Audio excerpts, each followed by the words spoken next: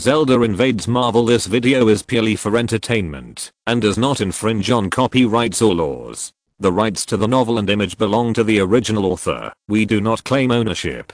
Don't like waiting and want to listen to this fanfic in full now? Subscribe to our Patreon, where you'll find the best fanfics. Chapter 251 Soul Contest. The sacred triangle on Link's chest began to shine. Although there were only 3 certificates of bravery inside, it still gave Link a very powerful amplification ability. Now the power of the Ganon curse was entangled with Zelda's internal organs. It was as difficult to completely remove it as using Iron Man's Sword of Justice to help Fangire trim his nails. Link had to ensure that his power control was as accurate as a high-precision instrument. The body of the Sky Princess began to release a strong light. Link's power was like a scavenger, cleaning the body of the Sky Princess. But inevitably, it would cause a lot of accidental injuries to the Sky Princess body. Link had no choice but to ask the Life Fruit Hard Candy to repair the Sky Princess body. This made Link particularly tormented. Oh my god. Please don't let me do this. Link shook his head and continued to infuse his whole body to clean the Ganon curse power in the Sky Princess body. It must be said that this Ganon curse power was weird and very sticky, just like a parasite that was difficult to clean up. Link couldn't imagine what happened to the Sky Princess. How could there be so much curse power in her body? It was as if Ganon was deliberately torturing the Sky Princess. But his medical work went smoothly. After 10 minutes, at least 80% of the curse power had been eliminated. But Link didn't relax, because he knew that the remaining curse power was concentrated in the most dangerous part. If he was not careful, Link would kill the Sky Princess alive. Link was already very tired, but he paid more attention. The sacred triangle on his chest became brighter and brighter. Time passed quickly, and Link's progress was also fast. His mentality was particularly stable. He was a big scene person. The more critical the moment, the better his performance would be. He would not have any problems at such a difficult moment. Time passed bit by bit. The effect of the Life Fruit Hard Candy was also used up by 80%. It can be seen how much the Sky Princess suffered in the confrontation between Link and the curse power. And Link has already felt it. The Sky Princess has woken up, or rather, the anesthetic has no effect at all. Because the Sky Princess body is in a special state, under the triple interaction of the Life Fruit Hard Candy, the power of the Ganon curse, and Link's energy, the anesthetic can't work at all. As for why the Sky Princess pretended to be anesthetized, it was of course because she was afraid of making Link worry. Seeing the Sky Princess close her eyes and bite her lips until they bled, Link knew it all in his heart. Now only Zelda's heart is left, and there is only a little curse power left. After Link carefully adjusted his state, he continued to move towards the last position of the curse power. This is also the place where Link needs to succeed 100%, and the difficulty is far higher than other places, 100 times higher. Cluster. Link released a weak energy, moved along the blade to the heart, and then carefully probed in.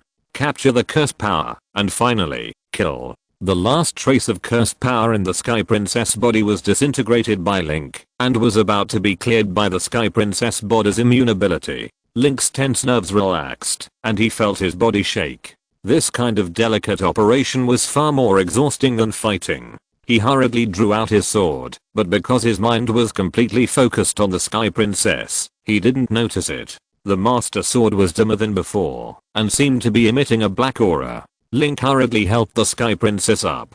The wound on her abdomen was healed by the remaining vitality in her body at the moment the blade was pulled out. Link smiled and said, "Don't pretend. I know you're awake." The Sky Princess smiled and opened her eyes and saw Link. Then she was stunned. Link's body was now blue-black, the same skin color as Madonna.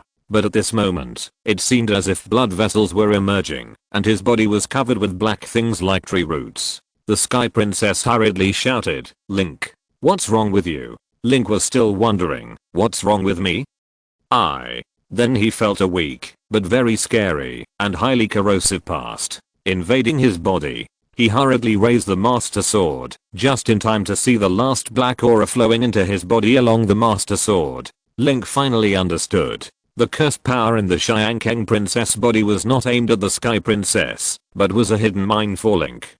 At this moment, Link was mentally exhausted. The strongest and purest curse power invaded his body. Link pushed the Sky Princess away violently. He planned to use the powerful thunder power to evolve the curse power in his body. But at this moment, Ganon's curse power suddenly disappeared without a trace. But soon, Link's eyes went black. He fainted. Midona hurriedly shouted to support him. Just before he fainted, Link realized that this purest cursed power was not attacking his body, but directly aimed at Link's soul. Ganon's wild laughter came from Link's sea of consciousness, and Link's autonomous consciousness inside the soul began to attack the dark barrier created by Ganon. Then, a dark spear stabbed and pierced through Link's body. In the soul state, he could not use bullet time, and failed to dodge in time. He only saw his body dim. Part of his childhood memories and the language function in his external perception were lost. The battle at the soul level was so tragic. Link thought of countermeasures quickly. At this moment, the power of the Holy Triangle in his heart emitted a bright light. It instantly dispersed the surrounding black barrier. Link resisted with the power of the Holy Triangle and the power of the curse. At this time, the murmur of the goddess Hylia came. Complete the trial of the brave. Get 5 life containers. 5 energy containers. Get the Master Sword ability enhancement. This reward should be for Link, to save the Sky Princess. But then, the extremely clear language of the goddess Hylia came. There is more. Why don't you beg for my help? Suddenly, a scream from Ganon came. Link's soul space suddenly became bright. Link also woke up suddenly, and opened his eyes. But his consciousness still remained in the soul space. Chapter 252, The End. Link stayed in his soul, and the voice of goddess Hylia echoed around him. If you ask me for help, I will help you. Link wanted to speak, but he was hurt by the curse power before, and part of the memory in his soul, as well as his language ability. Link secretly thanked that it was not his sense of taste, were destroyed. So he is temporarily mute. He can only remain speechless. Goddess Hylia's voice, you don't need to speak, I can see the concerns in your heart. You are afraid of me and alienate me. Link's eyes twitched. No.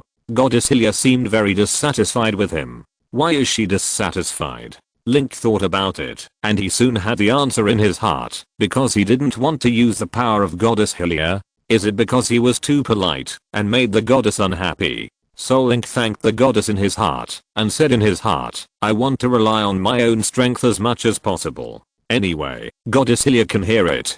Suddenly, there was a thunder in the sky. Link was shocked. In his soul space, thunder actually fell. What does goddess Hylia want to do? There was a coldness in the words of goddess Hylia. Your power and weapons were all given by me. You have been using the power I gave you. You are afraid of me. You alienate me, and you question me. Link didn't know what to say. Goddess Hylia seemed to be really angry this time. But Link didn't know how to calm her anger.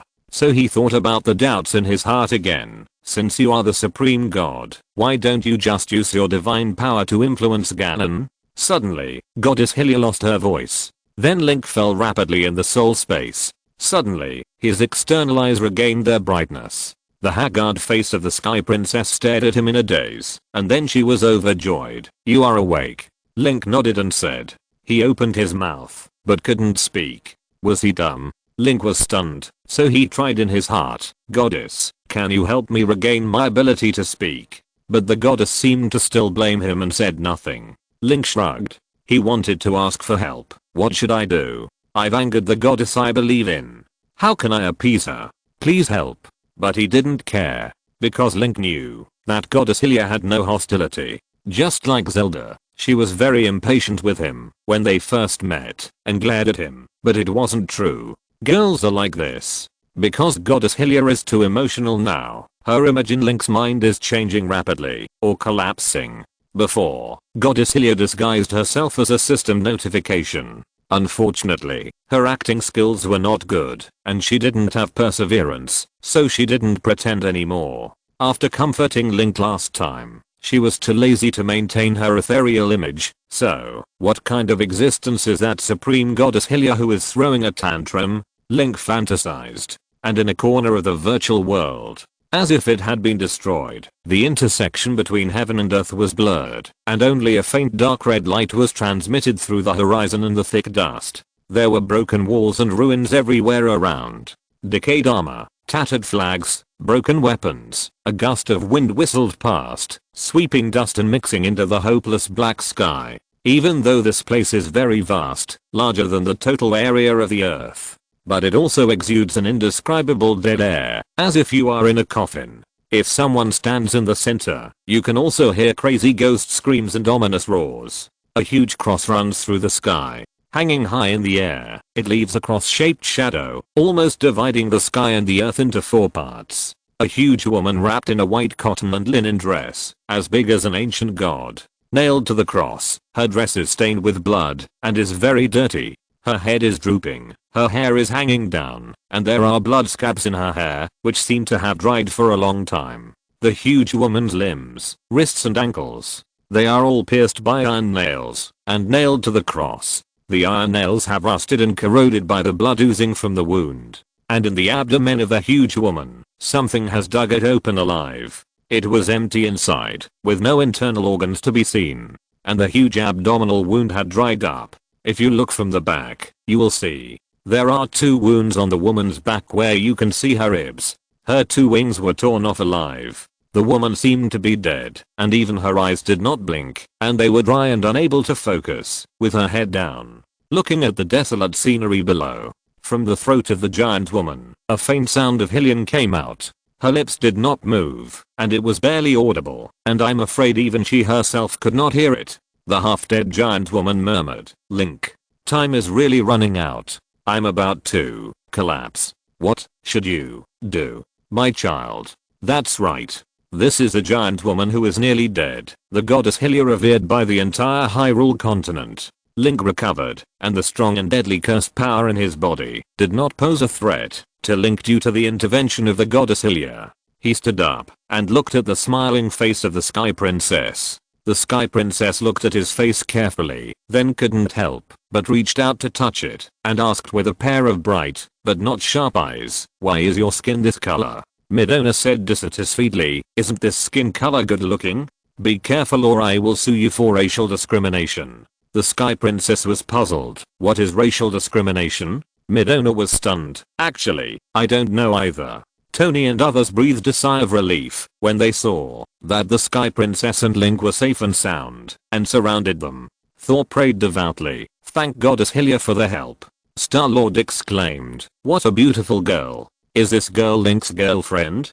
Tony's mouth curled up a little. "She is one of Link's girlfriends. She is also a princess." The Sky Princess smiled and introduced herself to everyone. "Hello. I'm Link's childhood sweetheart, named Zelda." Everyone said, "We all know." The Sky Princess was shy. Her eyes under her bangs were a little evasive, but she did not hide her joy. She opened her little mouth and asked, "Did Link tell you?" "Link actually remembered to mention me to you. He always said that he didn't like my name." Then she looked at Midona, who was sitting on Link's shoulder, with her legs crossed, looking up at her with her little face, and asked, "What are you laughing at?" Midona smiled and said, "Look at you. I'm afraid you don't know that there is more than one Zelda in this world." The Sky Princess was stunned. If you're listening to this novel on a channel other than Fanfic World, it means they downloaded and uploaded it without effort. We cordially invite you to visit our channel, Mundo Fanfic Novelos. There you'll find the original version of this story and you can explore many other novels of various genres. We're waiting for you to immerse yourself in a world of incredible novels. Chapter 253 Return to Earth. Is there another Zelda in this world? The Sky Princess covered her mouth in surprise, her eyebrows raised. Another Zelda? That sounds weird. Are there any other Links? Can I buy a dozen in bulk? Link nodded. Midona seemed to have noticed something wrong with Link's language ability, so she explained with a smile. There is more than one Zelda. There are 2. Sky Princess. Link smiled bitterly and shook his head. He gave Midona a look. So Midona helped Link and briefly told the Sky Princess what happened. Tony suddenly looked at Link and he also found something wrong. Link doesn't like to talk, but at this time, not saying a word is too strange, right? So he asked, "What's wrong with you?" Midona spread her hands. "Link is mute." "What?" Everyone was shocked. Midona and Link have a strange relationship, so she can get Link's thoughts. So she explained, because of the curses against Ganon, my soul has suffered some trauma, and I have lost some memory and the ability to speak. Sky Princess lowered her eyes in self-blame, took Link's hand, and said, "It's all my fault." Rocket suddenly sneezed. He raised his hand and shouted to attract everyone's attention. He shouted, "Let's go back to the battleship. I'm almost getting rheumatism. The fog here is so serious." The little raccoon's brown pattern fur stuck together, sticky. So everyone entered the battleship. Tony simply asked Star-Lord and Rocket to take the battleship to Earth. Link can't speak now, so Midona is his mouthpiece. Sky Princess held Link's hand and told him about her experience. Sky Princess was kidnapped by a dark force because she went out to look for Link. She suffered a lot before meeting Link. At this time, Sky Princess's delicate body was still shaking slightly from time to time, and it was obvious that her body had not yet recovered from the severe pain just now. She felt guilty about Link's loss of speech ability, and she thought it was her responsibility. But Link smiled and shook his head. Link was already lucky to have lost his speech ability. Losing hearing and vision was the real bad luck. The frustration of not being able to speak was not a frustration for Link at all. The Sky Princess asked about the other two princesses in detail, and her face looked a little strange. No wonder Link's friends called her a princess. It turned out that the other Zeldas were all princesses. Only she was just a poor little city lord's daughter. Although she hadn't met them, the Sky Princess was a little scared. After all, she was going to meet the two princesses next. What if she didn't pay attention to the degree and was seen by the other Zeldas? She didn't know so many court etiquettes. After hearing the Sky Princess's concerns, Midona sighed and said with a smile, "Actually, I'm also a princess." Another princess. The Sky Princess was shocked. Just at this time, Mipha ran out and wanted to chat with Link. As a result, Mipha and the Sky Princess were both startled. They both scared the other. Mipha was startled. "Who is this?" Midona introduced to the Sky Princess with a smile. "This is Mipha, Link's childhood sweetheart, and also a princess." Then she was busy acting as Link's mouthpiece, helping him to introduce Mipha to the origin of the Sky Princess. At this time, Mipha was a little unable to hide the sadness in her heart, and whispered inaudibly, "Why is there another princess?" The Sky Princess had the same idea. Link smiled. This is the advantage of losing the ability to speak. He doesn't need to bother explaining more, just smile. The Earth is quite a distance away from Thunderstar. Even with space refraction, it will take 2 days. Link also pulled the Sky Princess to let her accept the life in the new world. Tony teased, "Link, it seems I need to help you increase the number of rooms. There will be more and more princesses in the future, and we can't let them stay in hotels. Tell me the truth. How many princesses do you have?" Link shook his head, and Midona understood and said, "No more than 10. Tony's mouth twitched. 10 Zeldas, that's enough. If one of them has a bad temper, wouldn't your life be ruined?" Link shook his head again. Zelda's personality is pretty good, and he doesn't worry about such trivial matters. But Link also feels some pressure. Not from Zelda, but from Ganon.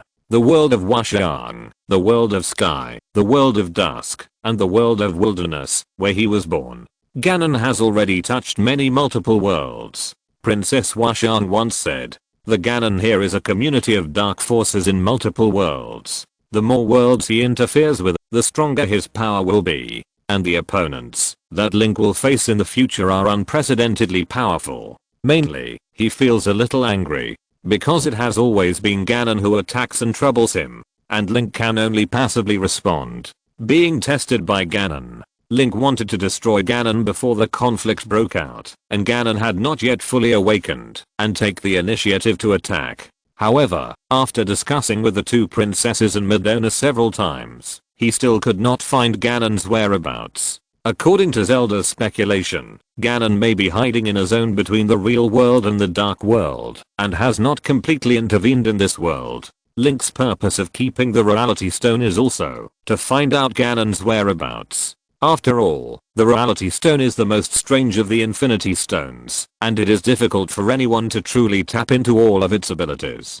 2 days later, when everyone was worried about Link eating the battleship supplies, the battleship arrived on Earth. Star-Lord folded his arms, wearing sunglasses, and said in a deep voice, "Earth, Star-Lord is coming soon." Because of his childhood memories, he had a bad view of the Earth, and his attitude towards the people of Earth was even worse. So at this moment, he had an attitude of showing off after going out to work hard and getting rich, and returning to the village. Banner suddenly wondered, "We seem to have forgotten something." Tony shrugged, "Don't worry, we didn't leave anything behind in the interstellar space, but we brought back a giant battleship. This space battleship looks powerful, but except for the space jump technology, the rest seems not as good as what I made on Earth." Then the battleship began to descend rapidly. Link and the Sky Princess hurried over. Midona said, "Aren't you afraid of scaring the residents of New York City by landing like this?" Tony and Banner looked at each other blankly.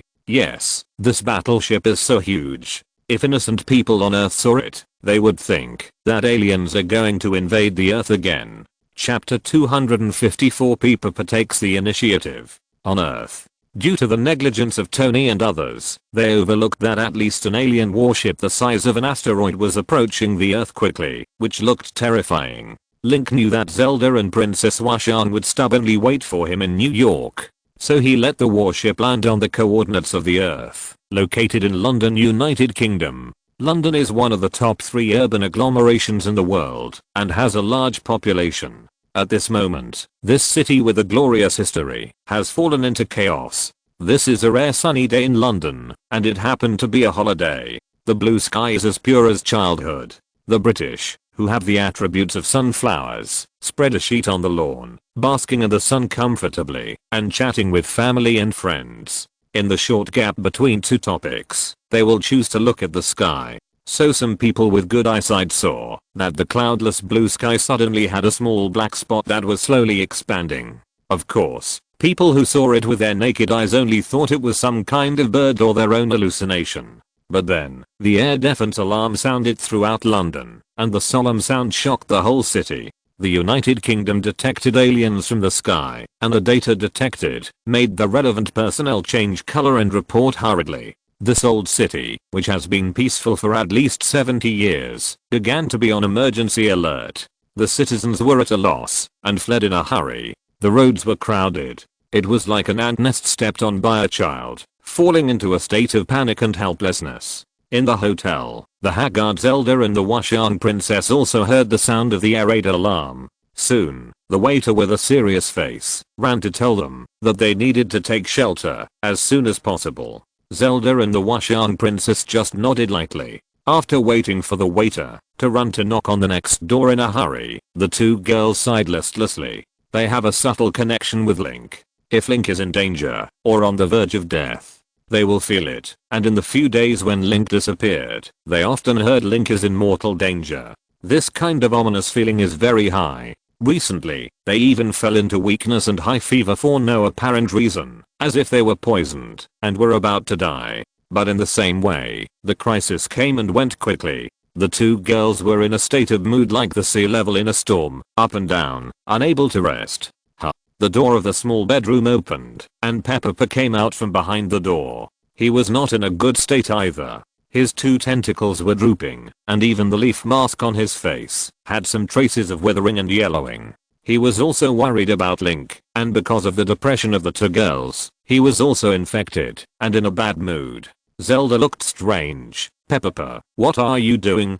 Princess Washan looked up and saw that Pepper was carrying a large school bag on his back, which was 3 times larger than his body, stuffed full and bumpy. At the zipper, a small arm of Iron Man's battle suit stretched out. Pepper shook his head and said with determination, "I'm going to find the brave man. I'm going to save him." The two princesses looked at each other. Zelda shook her head and laughed. "Pepper, what are you thinking about? Link will come back safely."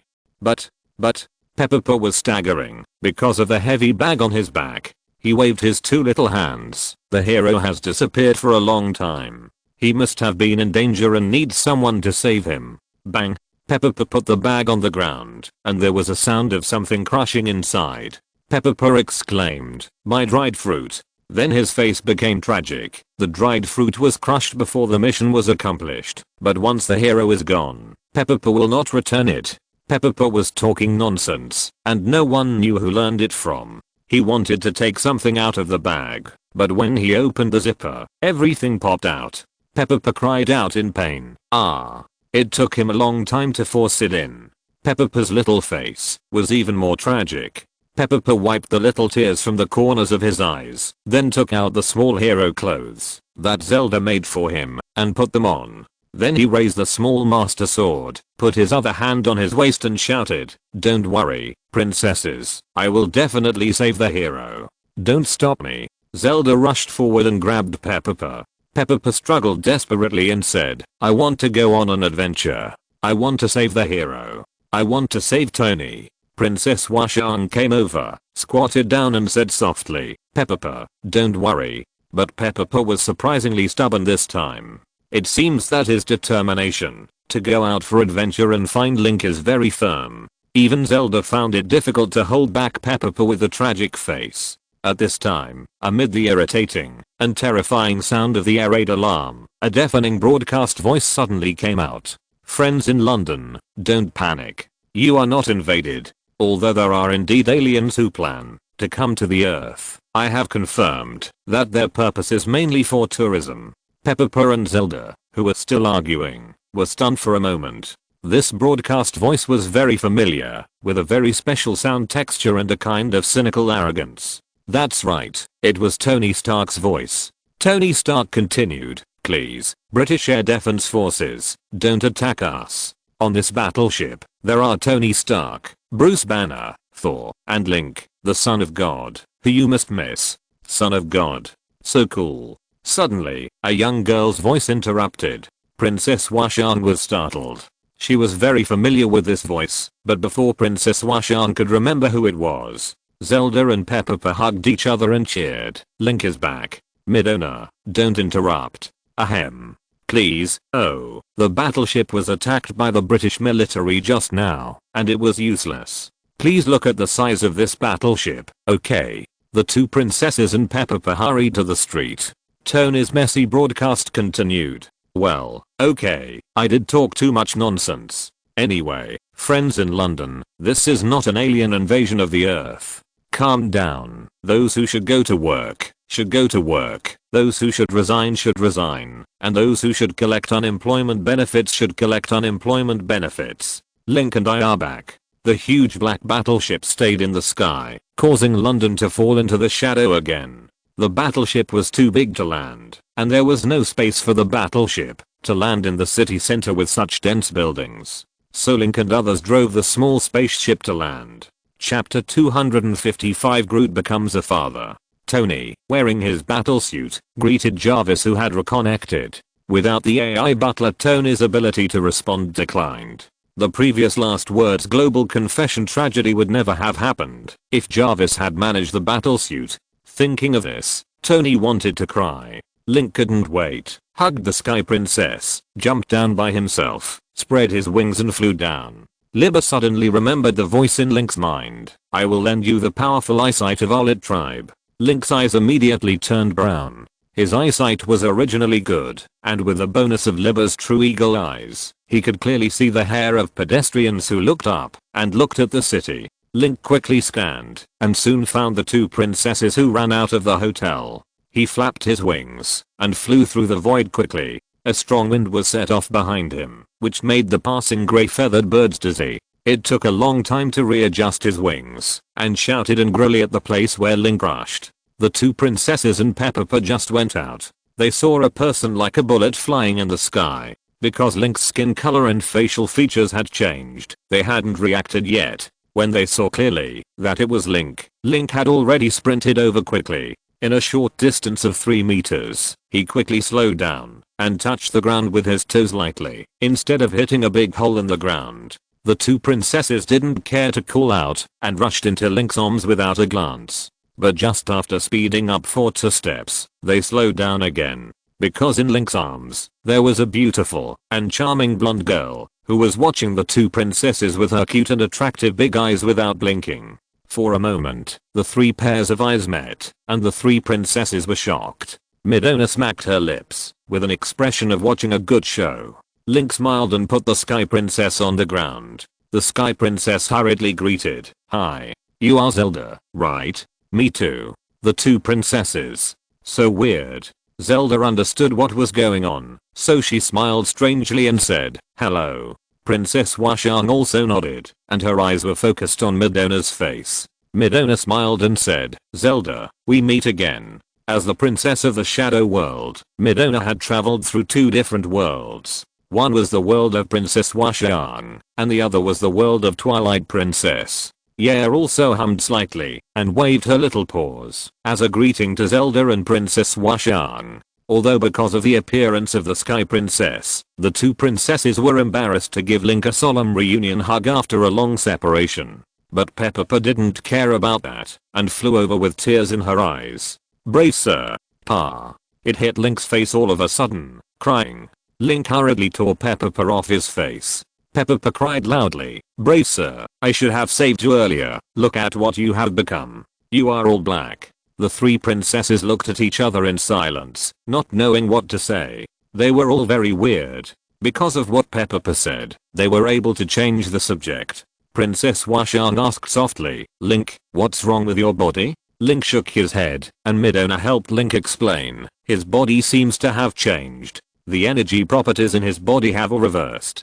He has been trying to correct his energy properties recently. Then she whispered, "Actually, the blue-black skin is also very cool. It matches me very well." Looking at the puzzled eyes of the two princesses, Princess Sky smiled bitterly. "Sorry, I'm afraid it's because of me that Link was injured." Not only did his skin color change, but even his language ability disappeared.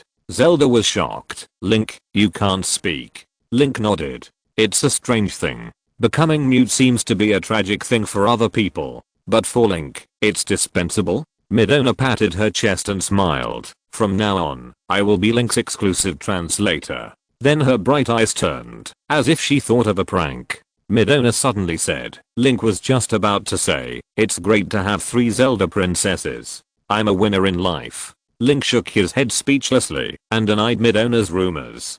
He regretted letting Midona be his mouthpiece. This guy often makes jokes. Peppa was in Link's arms and greeted Midona a little awkwardly. "Hello, I'm Peppa." Midona smiled and narrowed her eyes. "Peppa, right? Are you a son of Groot?" Peppa was stunned for a moment, because Peppa himself didn't know who his parents were. Yair had grew up from seeds. How could such a creature have parents? So Peppa said stupidly, "Maybe. Have you found my father?" Link knew that Midona was teasing Peppa and shook his head. But Midona didn't intend to end it yet, and smiled and said, "I found your father. I'll bring him to see you later." Link and the two princesses met, and the three of them were relieved. Even if the feeling in their hearts told themselves that Link was fine. But only when we see him return safely can we really feel relieved. Actually, we can't say we are relieved, because Link's skin is now dark blue, his hair is silvery white, and his pupils are red.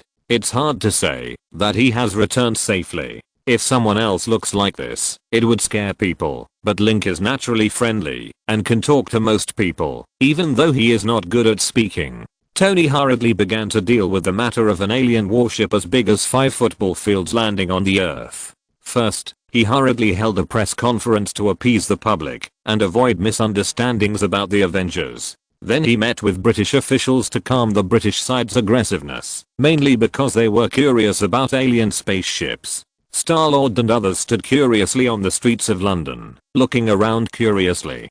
Drax opened his eyes wide and said seriously, "There is no one here." Rocket grinned and laughed. "They were all scared away by us." Star-Lord smiled. "After all, there are no green-skinned beauties on Earth." Then he saw a record store on the side of the road and ran over excitedly to listen to music. When the shop owner saw a group of strange and ferocious people coming in, he immediately hid in the toilet and refused to come out, allowing the Guardians of the Galaxy to look through the records curiously. Star-Lord searched for the records and fumbled to listen to a few songs in front of the counter. After listening, his face suddenly turned bitter. "What the hell is this? The Earth has fallen." Chapter 256. Link was ravaged. Tony sent away the confused representatives of the United Kingdom. He recalled that just now, those officials with arrogant, Tony's point of view, London accents looked at his face with strange expressions. Tony felt like laughing. Banner came over and said, "What are you laughing at?" Tony told Banner why he found it funny and then grinned. They haven't recovered from the fear of such a space battleship landing in London. Banner. There were some things that Banner really couldn't bear to tell Tony in person. Tony's current appearance, eyebrows and beard, were burned clean by Yaya. He also wore a green wig on his head that was hard to describe. The overall image was particularly suitable for being held by the armpits and forcibly sent to a mental hospital. Those United Kingdom officials must be horrified. How could Tony become this scary outfit after going to an alien planet? Tony also gave Banner a confident and evil smile. Banner smiled awkwardly. Loki followed Thor closely and asked earnestly, "Brother, would you consider staying on Earth for a few more days?" Loki became much more obedient. But he didn't want to go back to Asgard and continue to be imprisoned, watching a group of ugly and rude alien thugs staring at him and grinning all day in a transparent room without privacy. So he planned to persuade Thor to stay on Earth, because in this way, he would have the opportunity to stay on Earth. Thor sneered, "Do you think I don't know your plan? Forget it, just follow me and go back to Asgard." Loki smiled confidently. "Are you sure you want to go back now? Father hasn't recovered from the anger of your belief in the goddess Hylia." Then he gritted his teeth and said, "If you run back like this now, you will definitely be hung on a tree and whipped by your father." Thor took a breath. That's a problem. The last time he returned to Asgard, Odin was so angry that he wanted to use Gungnir to poke Thor's butt a few times. The momentum was so terrible that even Thor was a little afraid. If he hadn't gone to save Link, Odin wouldn't have let him go easily if the situation was urgent. Now that Link has returned to Earth safely, Thor is going back now. Thor was still hesitating, and Loki smiled again. "Don't you plan to spend more time with your human girlfriend? You have to think about it carefully. Human lifespan is very short. Jane can only be with you for a few decades." Thor was a little moved, but he said stubbornly, "Humph.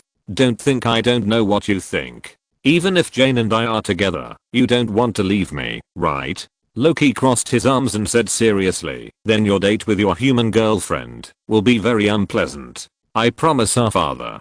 Thor picked up his fist as big as a sandbag and decided to beat Loki up. This kid must want to move freely. Wishful thinking. Wait. Thor smiled, and his expression relaxed. This kind expression made Loki stunned. Thor patted Loki on the shoulder. "I know you don't want to go back to Asgard, and you don't want to stay with me. Okay." Loki forced a smile. He felt that things were not simple. Thor continued, "You are so naughty, I can't take care of you. So, I will entrust you to Link. You stay with Link first, let him take care of you." Loki screamed, "No!" When Thor dragged Loki, who looked tragic, to the hotel where the two princesses lived. Before entering the door, he heard the silver bell-like laughter of several girls, which made people feel happy. It reminded Thor of his clumsy girlfriend Jane. As soon as the door was opened, the two brothers saw 4 girls, 4 princesses, ravaging Link together, and Mipha, covering her face from a distance, couldn't bear to watch. Such comfortable fur, so warm. Rub, rub, rub, rub. This kind of ears. It turned out that when the 3 princesses learned that Link could transform into a wolf, they eagerly asked Link to become a shadow wolf. Then they looked at Link Wolf, who was ferocious, cute and naive. The princesses, no matter what their personalities were filled with pink bubbles of girlishness. They ran over to pet Link Wolf, regardless of their reserve. So Link Wolf was rubbed around helplessly in the arms of the 3 girls. If Link was in human form, the 3 Zeldas would definitely not make such an overly intimate move. But now Link is Shadow Wolf. The reserve of the 3 princesses is useless, and their love for Link can be felt with their hands. Midona also flew over to join in the fun, jumping on Link Wolf. When Link saw the door open and the 2 brothers of the gods came in, he immediately said, "Put me down quickly." As a result, he opened his mouth and only made a childish wolf cry. He couldn't speak, he could only shout. Hearing Link's cry, the 4 princesses immediately became more excited. Thor coughed, "I feel like we're here at the wrong time." Loki nodded. "I've imagined what it would be like if Link were a human now." Mipha floated over and greeted tenderly, "Hello." The 2 northern gods hurriedly returned the greeting. Pepper ran over and jumped saying, "What's the matter with you? Do you want to rub the hero too?" Loki smiled. "We are not girls." Pepper suddenly looked at Loki steadily. "Bad guy." Loki looked at Pepper and explained with a smile, "I've turned over a new leaf." Thor snorted. Pepper scratched his head and said seriously, "Okay, you're a good guy now." Hearing Pepper's innocent voice, Loki was distracted for a moment. His good impression of Pepper was rising. He squatted down and shook hands with Pepper seriously. "Thank you." Pepper smiled and said, "Ahaha." Link also turned into a human form at this time and hurriedly broke free from the siege of the 4 girls. After turning into a human, the shyness of the girls also took over strangely, and they let him go. Their emotions calmed down from the slightly morbid enthusiasm, and they hurried over to greet the guests. Thor pushed Loki over. "Link, do me a favor. Can you take care of my brother for a few days?" Link asked Madonna. "Take care of Loki?" Then he looked at Loki. He suspected that Loki was planning something. Pepper jumped up and down and said, "Loki has become better." Loki smiled awkwardly. "Please, I don't want to go back to Asgard." Link thought about it and nodded. Madonna smiled and said, "Okay. I need one too." The Washan princess looked solemn, and the divine light was like lightning, silently warning Loki. At this time, Zelda's cell phone suddenly rang.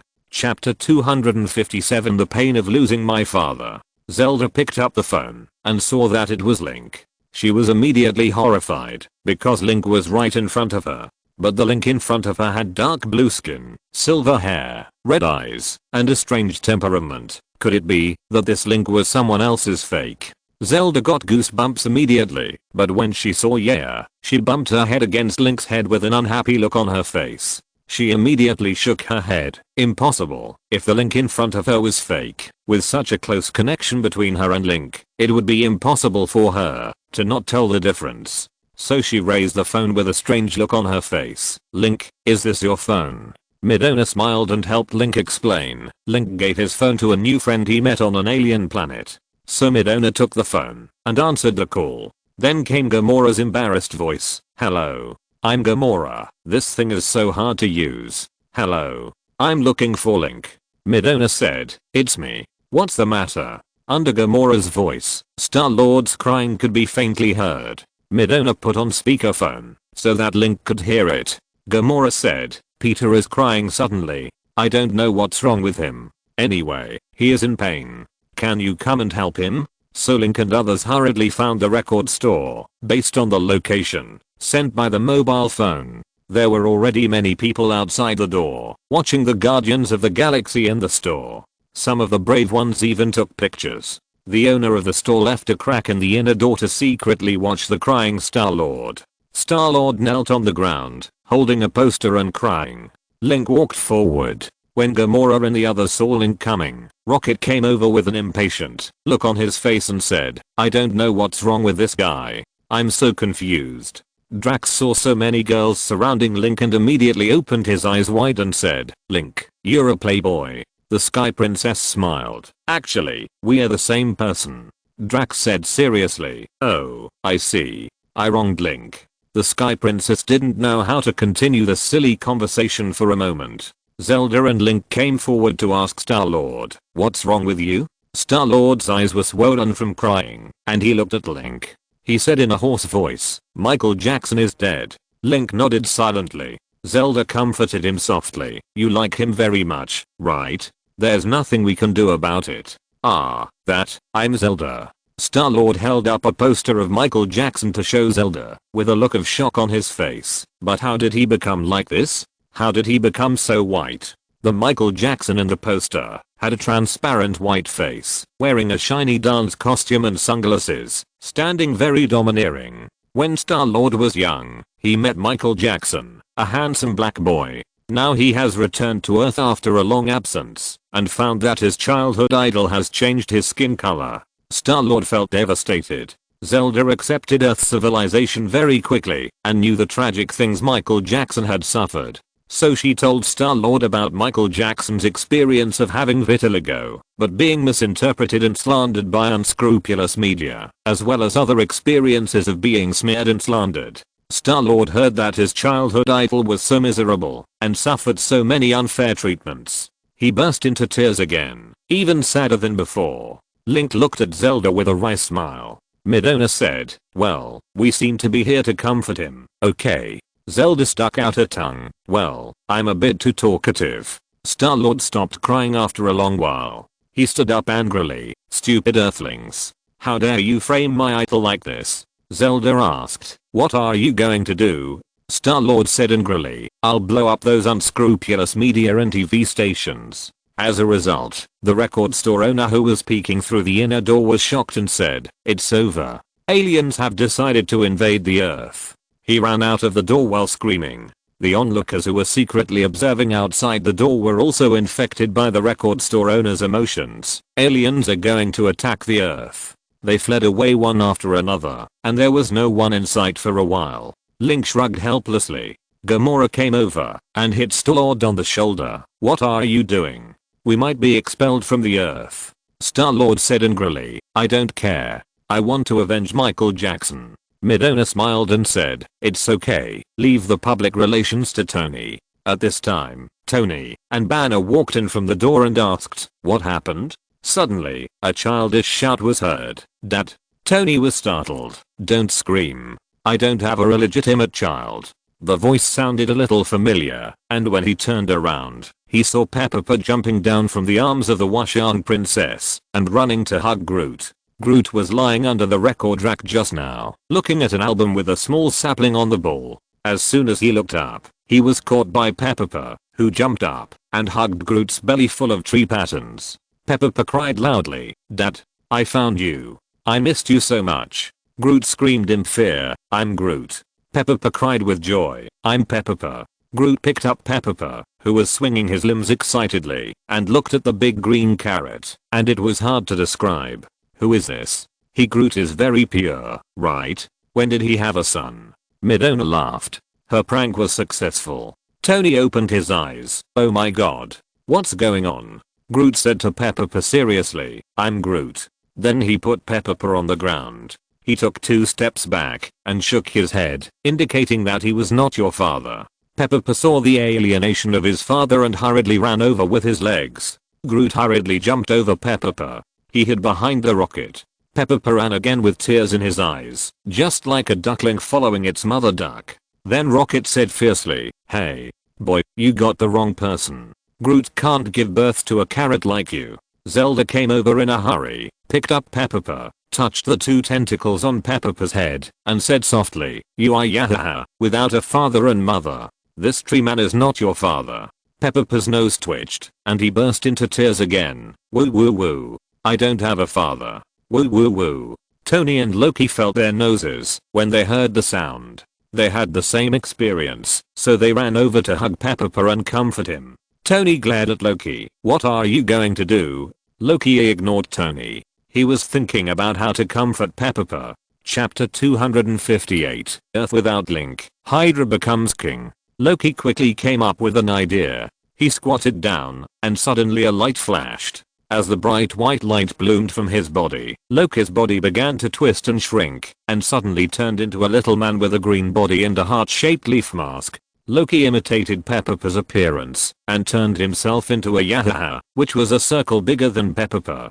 Peppa was crying hard in Zelda's arms, and suddenly saw a larger version of himself, jumping towards him. She stopped crying all of a sudden, and quietly looked at the Loki version of Yahaha, and asked tenderly, "Who are you? You look like me." Tony raised his eyebrows, and said to Thor, "Loki is really scheming. He knows that, if he wants to be comfortable with Link, he must please Peppa first." Thor touched his chin and said, "No. Loki seems to have a good impression of Peppa." Loki pretended to be Peppa, jumping and said, "I'm your brother. My name is Luo. Luotita." Link looked at Loki and observed for a while. Although Loki was cunning, Link always had to pay more attention to him. But Link's intuition told him that Loki really wanted to help and comfort Peppa, so he didn't say much. Peppa happily spoke to Loki in Hylian and said excitedly, "You are my brother? I haven't seen you before. Wow. You are so big and awesome." As a result, Loki was confused because he didn't know Hylian language. So he coughed twice and said, "I've been away for too long and have forgotten the language of Hyrule." Although this lie was perfunctory, it was enough to fool Peppa. So Peppa pulled Lotita and jumped around. Midona saw it and giggled. It seems that Loki is not living with us for nothing. At least he can take care of Peppa. Link glared at Midona. If Midona hadn't teased Peppa, why would this big carrot cry so hard? Everyone was happy to return safely. Tony hurriedly went to find the most expensive hairdresser in the area to help him restyle his hair. Tony felt that his main experience on the alien planet was embarrassment in various aspects. Tony remembered his last words and still couldn't help but have a headache when broadcasting them on the entire planet. Since the Guardians of the Galaxy and others wanted to travel around, Link and others also accompanied them. The group wandered in the weathered city of London. Star-Lord is a very strong man. He didn't cry much even when his mother died, but he cried for Michael Jackson. But when he returned to Earth, the blank period of more than 20 years made Star-Lord feel confused about the world. It was as if his heart was still stuck in the period of a little boy listening to songs alone. Gamora strolled around with her hands in her pockets. Rocket rode on Groot's shoulders, laughing loudly at the terrified Londoners. Several reporters took pictures of Link, who was surrounded by several girls. Link's appearance had changed a lot. These reporters with vague bottom lines had already thought of some shocking topics. At this time, Zelda's phone rang again. Then Natasha's panting was heard. "Hi. I saw you on TV. I really hope you can also pay attention to the news in the United States." Zelda asked hurriedly, "What's wrong? I heard that there seems to be something wrong with you." Natasha smiled bitterly. "Anyway, congratulations to Link on his safe return. And, if you can, come and help me and Rogers. Hydra is subverting SHIELD." Zelda handed the phone to Link, and Link nodded. After hanging up the phone, Midona said to Star-Lord, "We should go to the United States to solve some problems." Star-Lord shrugged and smiled. "Let's go." So the Guardians of the Galaxy drove the space battleship to the United States. Tony hurriedly ran over with his half-finished hairstyle and said angrily, "I'm just getting my hair done. Why are you messing around at this time? What does Nick do for a living?" Hydra, an organization that has been in hell with Hitler for more than 70 years, actually took over S.H.I.E.L.D. Banner looked at the projection released by Tony and nodded. "Not bad.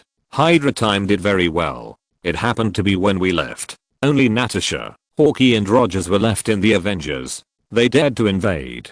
Tony curled his lips into a smile. "Let's not talk about you and Thor. As long as Link is here, I'm afraid Hydra can't even think of making such a big thing."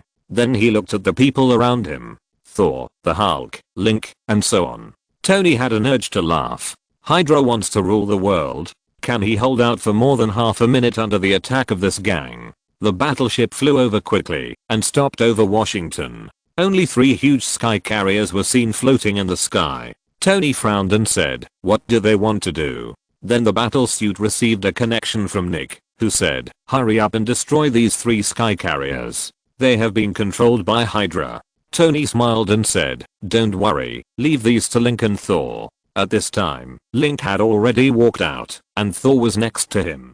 Thor smiled and said, "Let's compete. 2 out of 3. Link shook his head, and Midona said, "If you smash the sky carrier, it will fall and hit people. We have to think of other ways." In the memory, the sky carrier crashed, injuring and killing many people. This was a sign that many people began to hate superhero actions.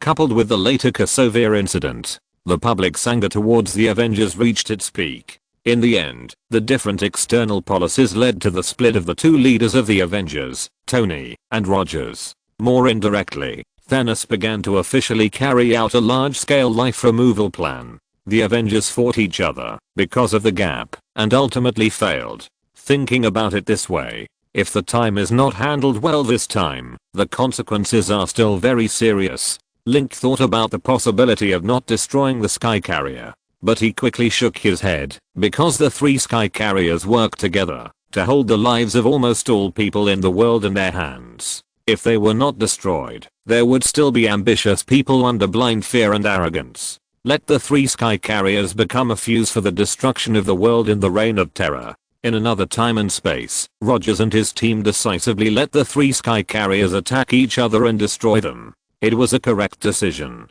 However, with Link's current physical strength, he can sink the 3 sky carriers by directly hitting them with his head. The problem in front of him is how to destroy the sky carriers without affecting the people.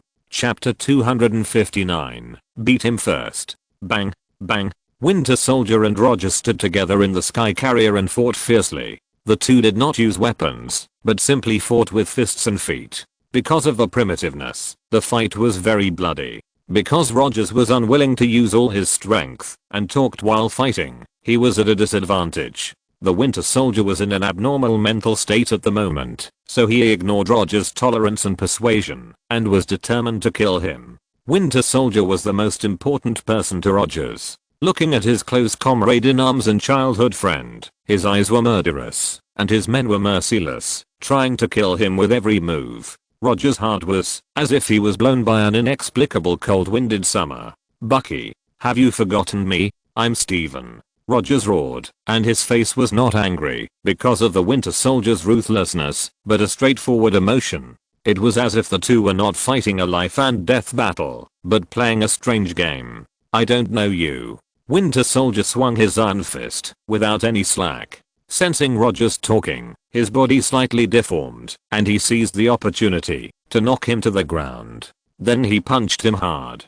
If this punch hit him, Rogers' face would probably be deformed. Rogers held the Winter Soldier's iron hand tightly and looked him in the eye. That's right, the Winter Soldier is now terribly strong, like a humanoid war machine. But even so, it is not difficult for Rogers to defeat the Winter Soldier. It's just, the Winter Soldier is the one he is most reluctant to kill in his life. The two were in a stalemate. Rogers stared at the Winter Soldier, expecting the two different eyes to meet, which could evoke even a vague memory of the Winter Soldier. As long as the Winter Soldier thinks of him, Rogers will no longer be alone, and will no longer be a World War II hero abandoned by this era. However, at such a sentimental moment, suddenly, an untimely voice was heard. "Rogers, why was it knocked down by this guy? Is his body uncomfortable?" The Winter Soldier stunned and raised his head quickly. "Who?" Then he saw a fluffy smile. Although he smiled brightly, he didn't have affinity. Soldiers grabbed the hair of the Winter Soldier, and like a broken rag, they stunned it with arc and smashed it on the ground. Link seems to be Rogers with a disdain. "Who is this?" Rogers stood up in confusion, and said with a smile, "Link, I'm glad you're back. Your skin color and hair.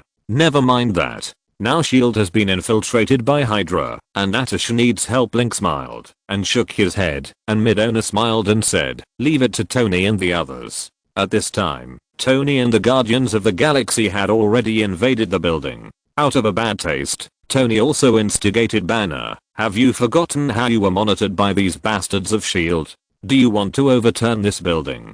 Tony was because the World Security Committee had previously ignored the safety of the Avengers and released nuclear bombs to kill him 1,000 and hurt you 800. If it weren't for Link's rescue, New York would have been finished. So Tony had some resentment. Banner smiled implicitly. "This is not good." That's what he said. But Banner did not hesitate and directly transformed into a huge Hulk, using all 4 limbs, jumping off the battleship like a monkey and smashing into the building like a bullet. Tony closed his visor and whistled. "It's incredible.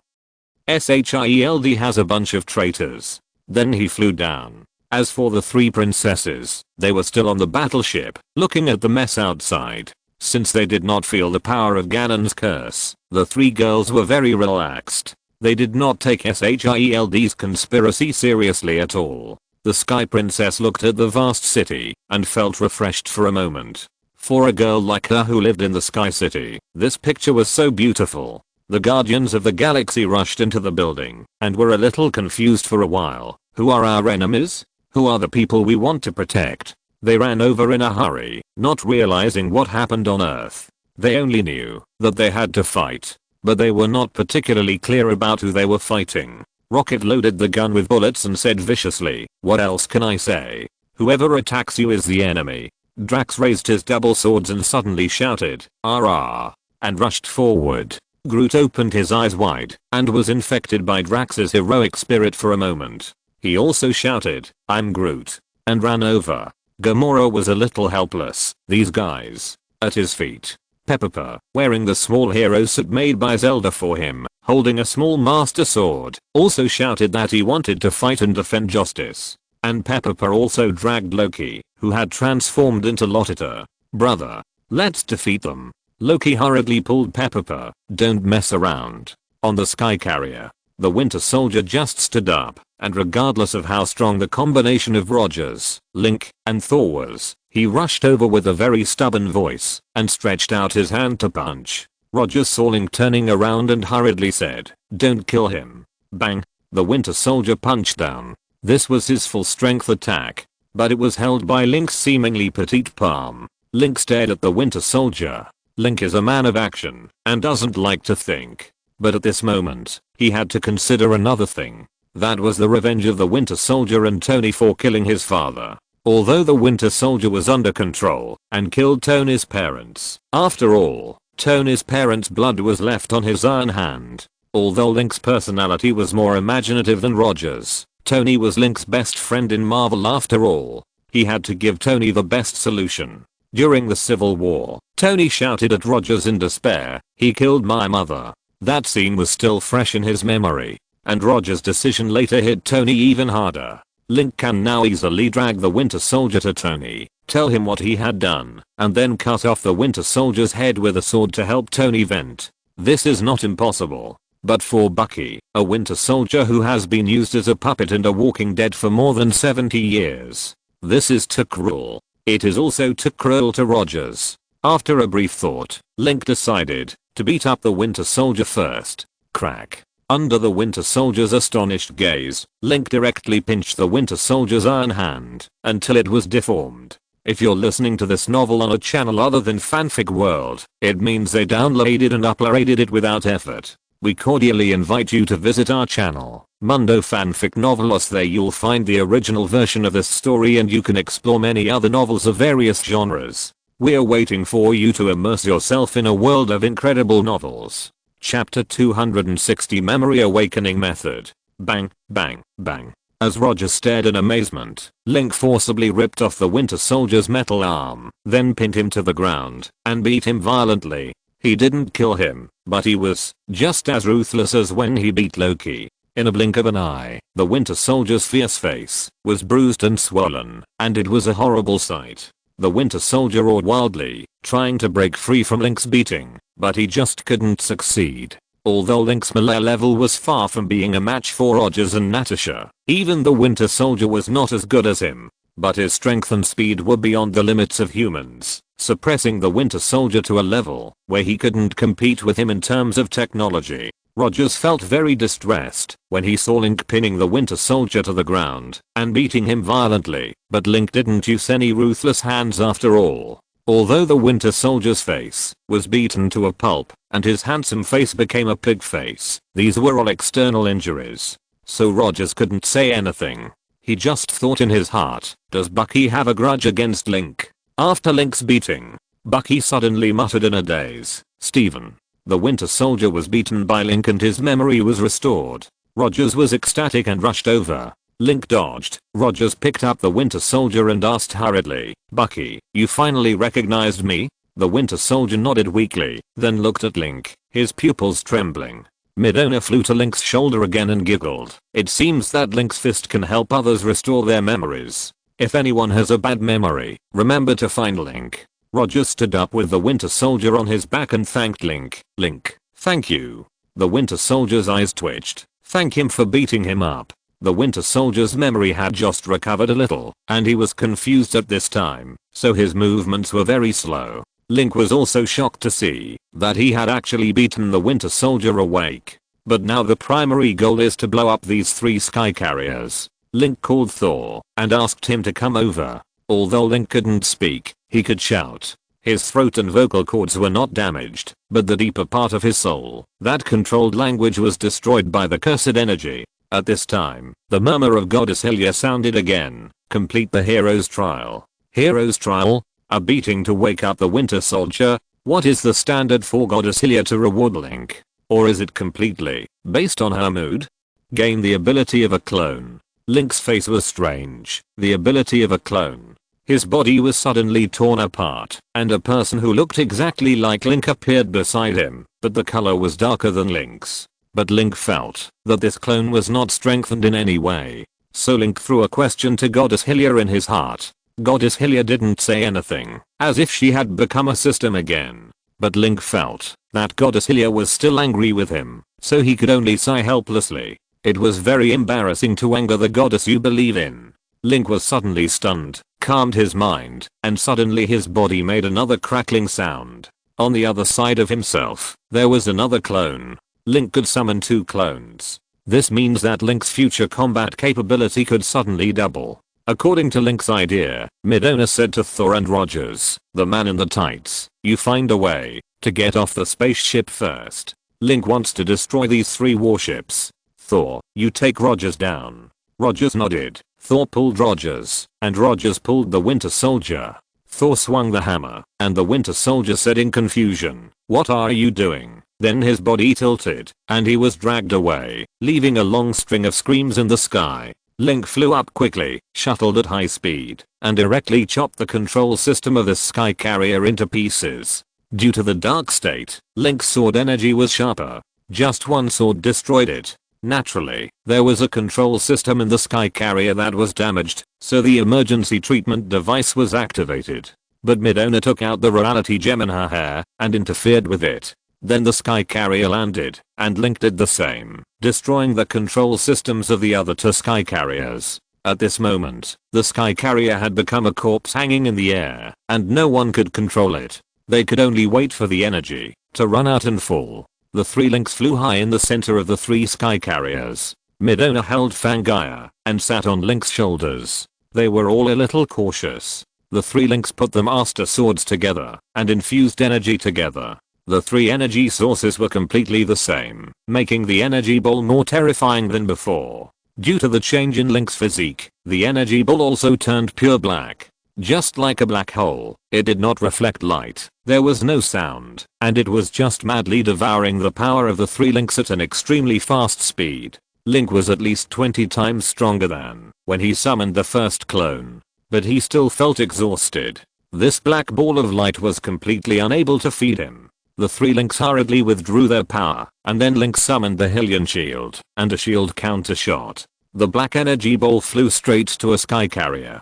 Unlike the white energy ball Link had seen before, the black ball seemed to have no penetration. When it hit the helicarrier, there was no reaction at all. But then, a black flame suddenly and quickly ignited the helicarrier. At first it was just a dot, and then it was like a racing car on the wilderness, pulling a long trail of dust. It quickly spread all over the helicarrier. The helicarrier quickly burned up, and in the blink of an eye, the surface layer was melted like snow in the sun, leaving nothing behind.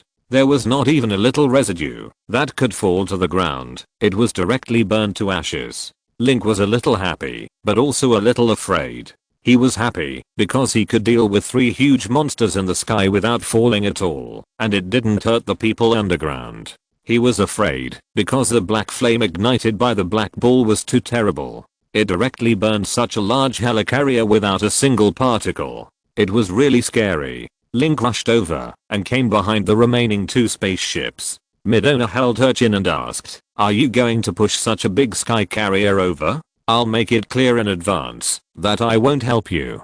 It's very tiring, okay?" Link smiled and shook his head. Midona blinked. "You said you have very useful skills? Can you turn into that big green fat man?"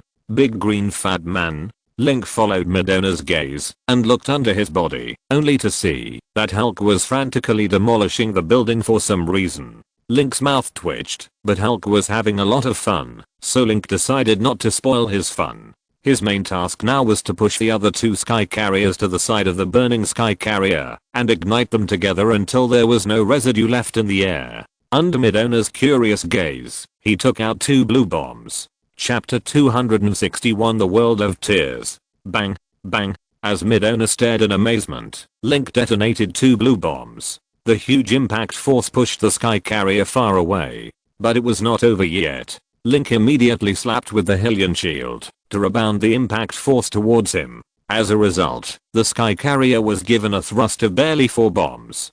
Then it quickly crashed into the sky carrier that had burned 1/3 in a short time. Yaya blinked. She felt that Link was very strong. Midona looked at the sky carrier that was going away at high speed strangely, smacking her lips and said, "What a weird bomb. The damage is so small that it can't even hurt Yaya.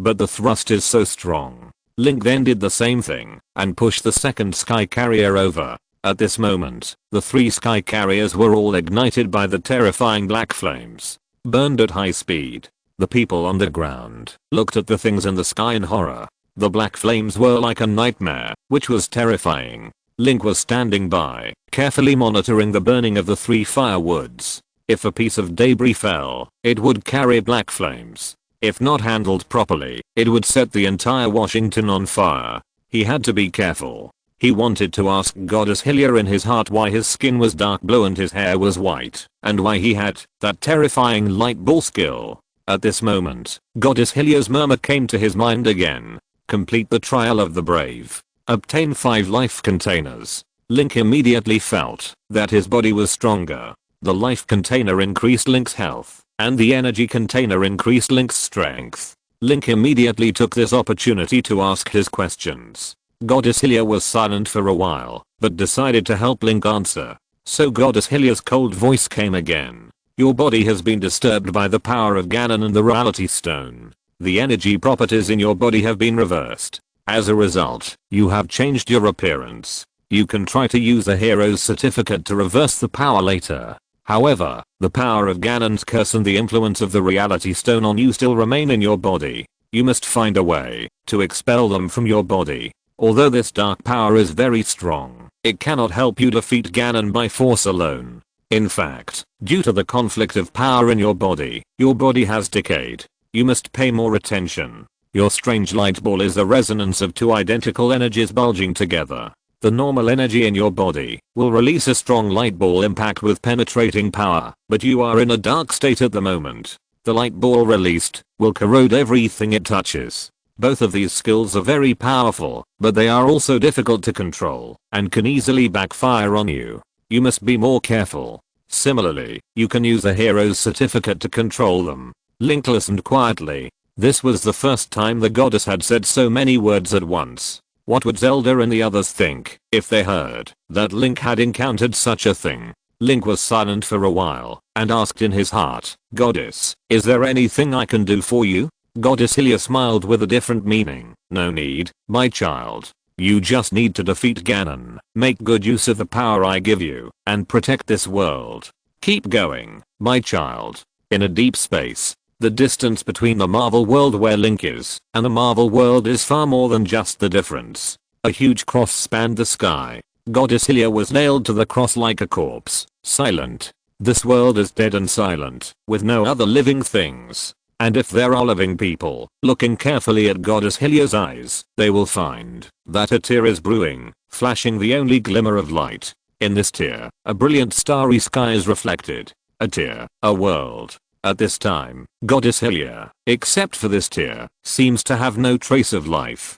Back to the Marvel world again. After Link heard what Goddess Hylia said, he was extremely flustered. He hurriedly tried to communicate with Goddess Hylia again, but he was unsuccessful. The initiative of the 2 people's communication lies with Goddess Hylia. Link had a bad premonition in his heart, as if this would be the last time he and Goddess Hylia would talk. He stood in the air, guessing that Goddess Hylia must have encountered troubles with a supreme god like her. There was no sign of this thought, but Link felt that way. Because of this uneasy mood, Link seemed a little depressed. Flying back to the space battleship, the 3 princesses saw Link coming back in a daze and came to ask, "What's wrong? Link, you seem very unhappy." So Link asked Midona to tell the 3 princesses about his uneasiness. The 3 princesses had different expressions on their faces. Zelda said in disbelief, "Goddess Hylia, did she actually talk to you so much?" The Sky Princess said, "Indeed, something is wrong. This can no longer be explained by favoritism towards Link." Midona muttered, "What's the matter? Maybe the goddess is bored and wants to talk to Link for a while. After all, a supreme being like Goddess Hylia must not have friends with whom she can communicate on an equal footing." When Link heard this, he actually felt a sense of enlightenment. "Goddess Hylia, what kind of world does she live in?" What is a world that can allow gods to live in? At this time, the Washang princess's face was heavy. A god is destined to be supreme. If he communicates with Link like this, it means two different reasons. The Washang princess carefully considered her words. First, Link already has the ability to communicate with Goddess Hylia normally and on an equal footing. This is impossible. So, it is very likely the second reason. The Washang princess paused.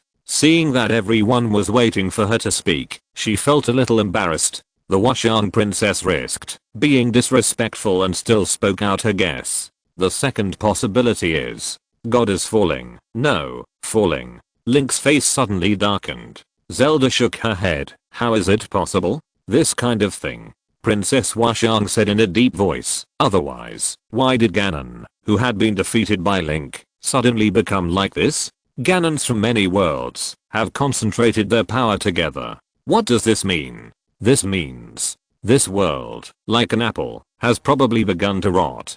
Chapter 262 Easy Solution. The Sky Princess saw something was wrong and hurriedly stopped the topic. Link was worried, but he was a person who lived in the present and didn't like to worry about things he couldn't change. Moreover, guessing the situation of a god was obviously not something a mortal should do. A catastrophe occurred in the sky above Washington. After the arrival of Link and others, it easily collapsed. Link soon saw Natasha and Nick, who were pale. Nick was because of his seriously injured body, and Natasha was because of the electric shock just now. Nick smiled and said, "Boy, are you enjoying your space travel?" Link shook his head. Midona looked at Nick's big bald head, holding her chin, and wondering if this fierce one-eyed man had waxed his head. Zelda told Nick and Natasha that Link couldn't speak now. Natasha looked weird. It seems that you have experienced a lot in the interstellar, and then looked at the huge battleship floating in the sky. Hawkeye came over with a cold face and said, after Link and the others left, these hydras couldn't wait to show up. It just happened to give us the opportunity to destroy them. Natasha rubbed her shoulders. That's right. I didn't expect that. I have been working for an organization that is corrupted from the inside. I hate this. Sure enough, there is no special organization in this world that is trustworthy, whether it is KGB or SHIELD. Tony landed lightly and took a look at the ruins of the building. He said, SHIELD, is this the end? In that case, would you consider selling this piece of land to me? Pepper is obsessed with real estate business recently. Agent Hill next to Nick smiled and said, yeah, it seems I have to find a new job. Nick also looked very bad. It's time for me to retire. Whoever wants to do this mess can do it. The plot of Captain America 2 ends here, which is a very critical note. SHIELD was destroyed by Hydra. On the surface, its strength was greatly reduced, and it has since turned to underground activities. The Avengers took over most of the abnormal events. Although the SHIELD organization has ghosts, spies, and bad teammates, it generally does not play any role when problems occur. However, it plays a connecting role between the Avengers and the secular world. The withdrawal of SHIELD has led to Tony, Rogers and others having to face the pressure from the US government. Eventually, the Avengers Civil War broke out. Although Link killed Secretary of State Ross, who was causing trouble during the Avengers Civil War early on.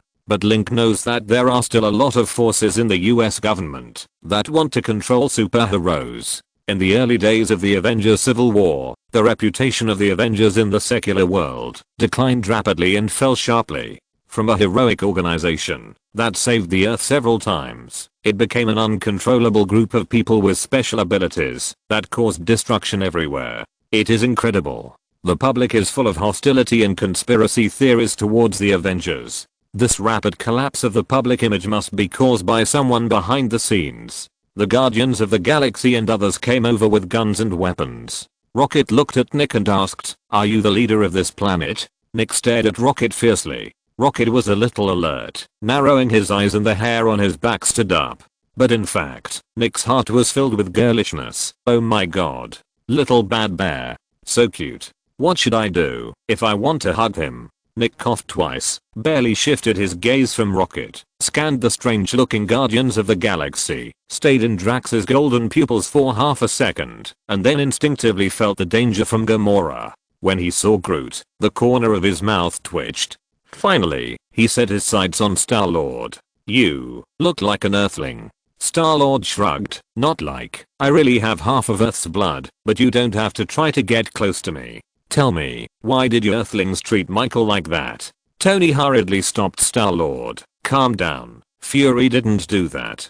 Drax said seriously, you are a fierce guy. He commented on Nick carefully. Since Nick is also bald, Drax's first impression of Nick is particularly good. Then he turned his gaze to Natasha and said seriously, hello. Link's sixth girlfriend. Me. Natasha pointed at herself in surprise, with a strange look on her face. Thor suddenly landed on the ground carrying Banner. Are you having a party? Why didn't anyone help me deal with Hulk? Link felt the strange gazes of the six princesses behind him, and suddenly felt a headache. At this time, Rogers and Falcon came over from a distance. Link cast a puzzled look. Rogers spread his hands. For some reason, Bucky lost his memory again and ran away. Midona said, Link should really beat him harder and give him 2 more courses of treatment.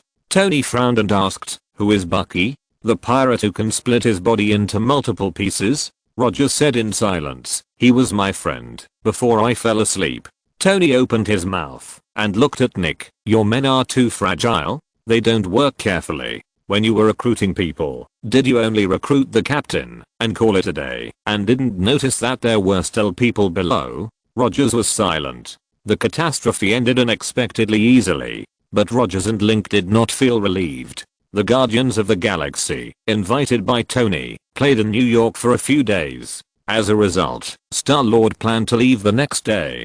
After all, Star-Lord felt uncomfortable after being away from Earth for so long, as if the world had abandoned him. So Star-Lord asked Tony to help him download hundreds of hit songs from the 1980s, and then drove away in a spaceship. Link was still recuperating in his residence in New York when he suddenly received a call from Tony. Hey, do you want to go to the inquiry with me to meet the most hated person in the United States? Midona said in a delicate voice. Link is mute now. You can't let him speak on the stage. Tony, that's right. Forget it. After saying a few words, Tony hung up the phone, tidied his suit, and attended the inquiry with Rogers and Natasha, accepting some blame that should not belong to them. Originally it was just Rogers and Natasha, but Tony decided to go with him and also brought Thor and Banner.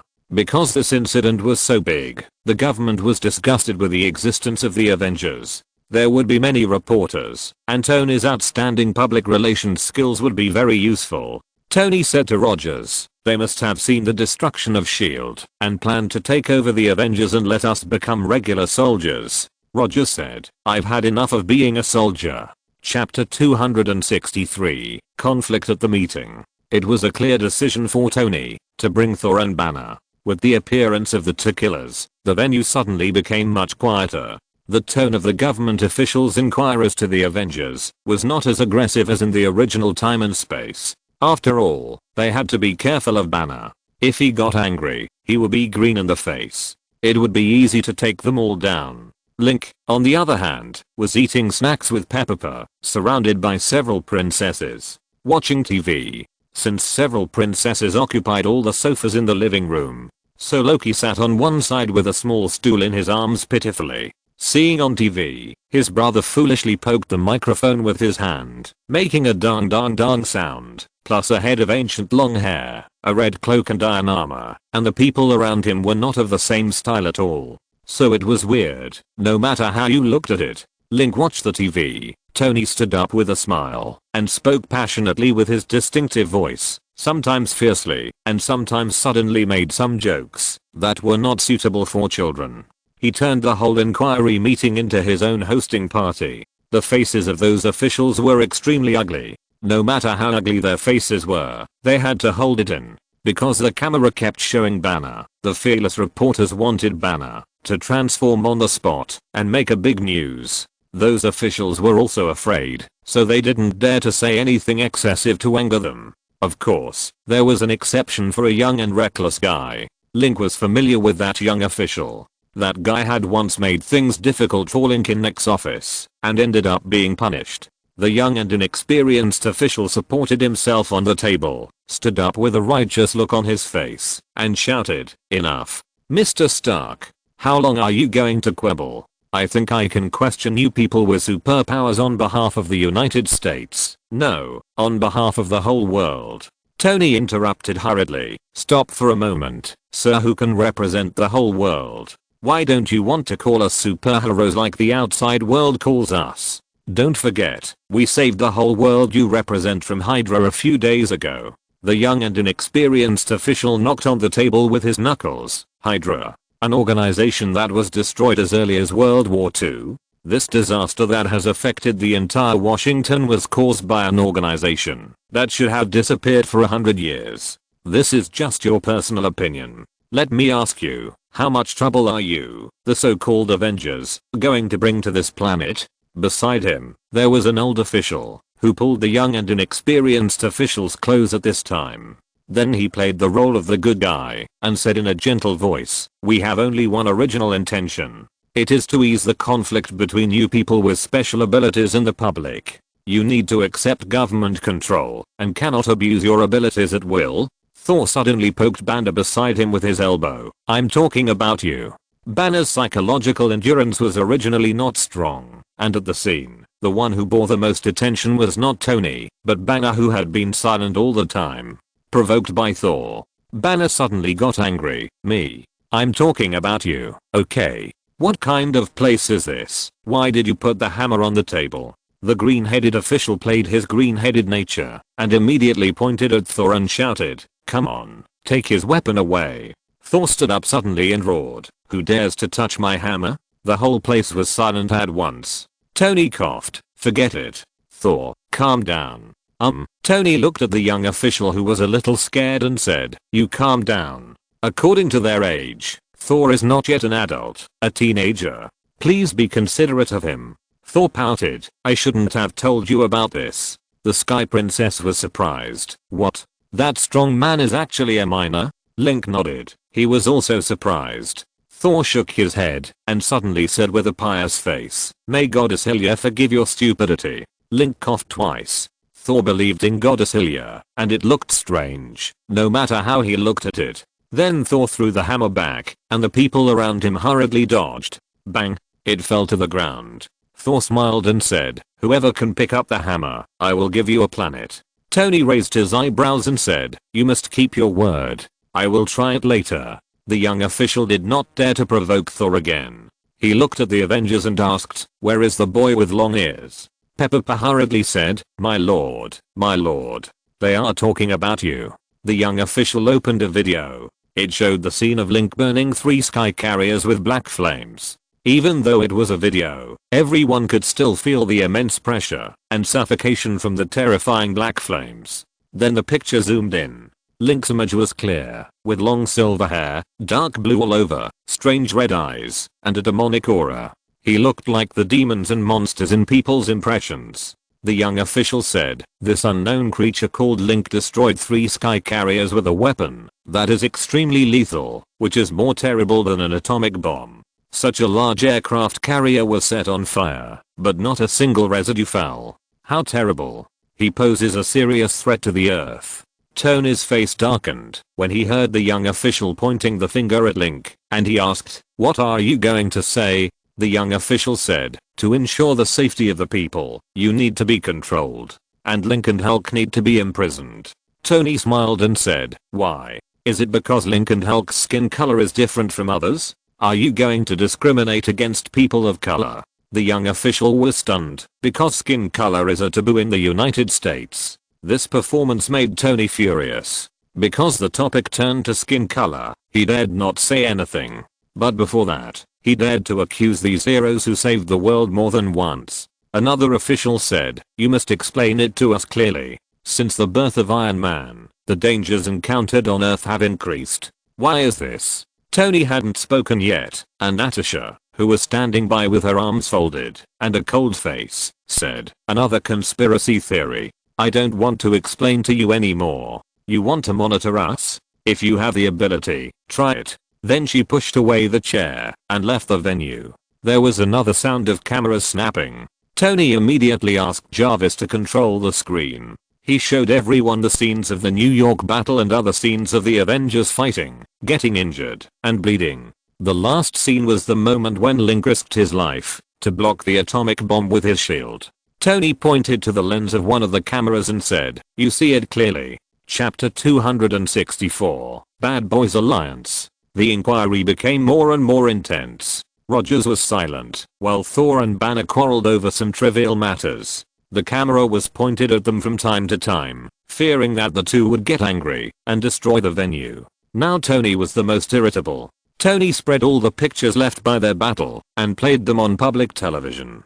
Of course, due to Tony's own scheming, the video was accompanied by tragic music and careful editing, so it looked much more passionate than the battle. This effect even scared Tony himself. "Is he so great?" the young official shouted. "Stop." Tony pointed at him. "Your voice is unpleasant, and there are vegetables between your teeth." "Shut up." Tony pushed the stool away and came to the center of the venue. He said loudly, "Look clearly at what we do. The peace of the world is guarded by us. So pay attention to your attitude.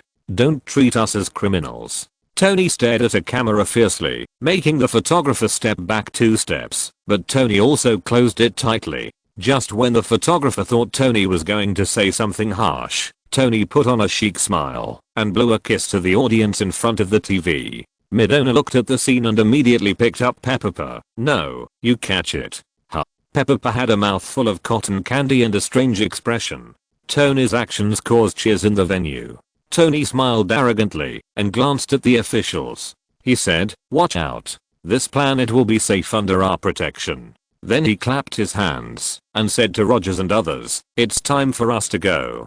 Several people took their chairs and left silently. Tony whispered, "I didn't expect them to be so stubborn. We can only do this for now and muddle through. When we have enough time, we can find a channel to communicate with the government normally." Rogers whispered, "Do you also agree that the Avengers are supervised by the government?" Tony said, "There's no way around it. You have to understand the unspoken rules of the internal affairs.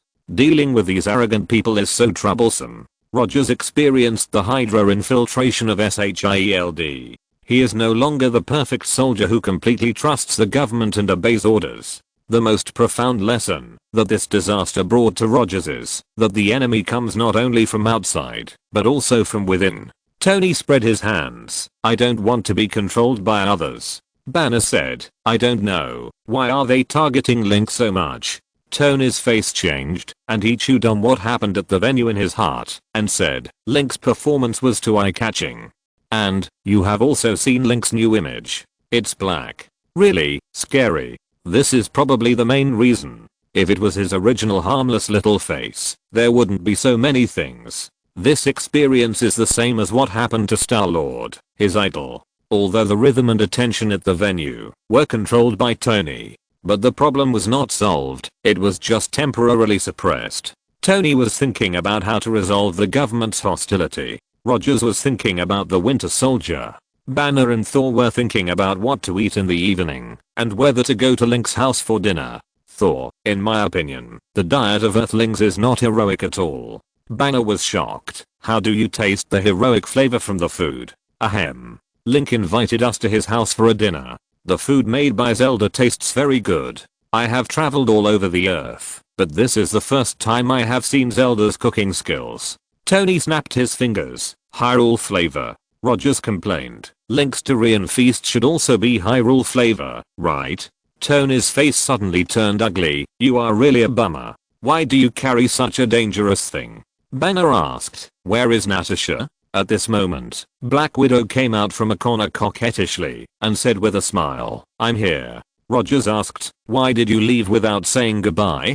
This will further reduce the image of the Avengers in front of the public. Natasha gathered her hair nonchalantly. I said hello. Besides, you always have to show a little resistance. You are so well behaved. The bad kids must be done by me. Thor shouted. Too obedient? What kind of evaluation is that? In my 1,500 years of life, no one has ever evaluated me like this. Tony pointed at himself and said, I'm a playboy, an evil capitalist who hides Iron Man and the arc reactor, and is unwilling to open up his technology. You say I'm obedient? Then Tony pointed at Rogers and said, he is a lawless, hateful old man who is old enough to scam people on the street. Rogers frowned. What are you talking about? He pointed at Banner and said, he is an evil scientist who abuses drugs. Banner raised his hands and said, okay, I admit my mistake. He pointed at Thor and said, he is an alien respected by pirates.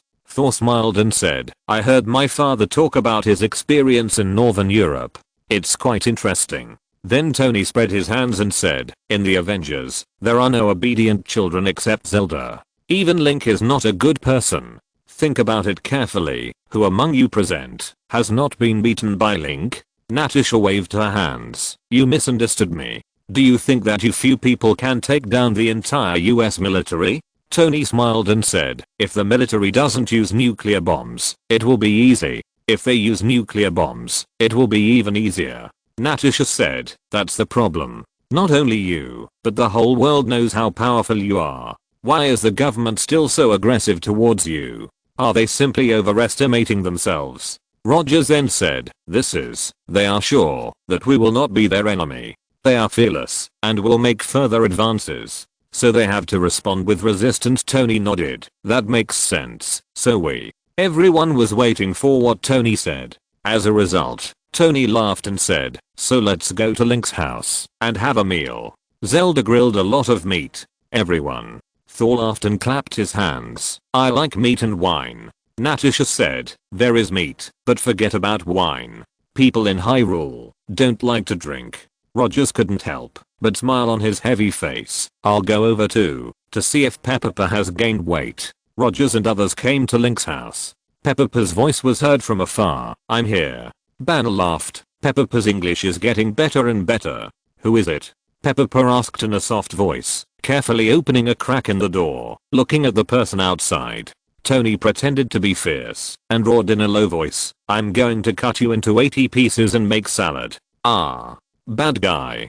Peppa slammed the door shut. Tony's nose was hit and bleeding.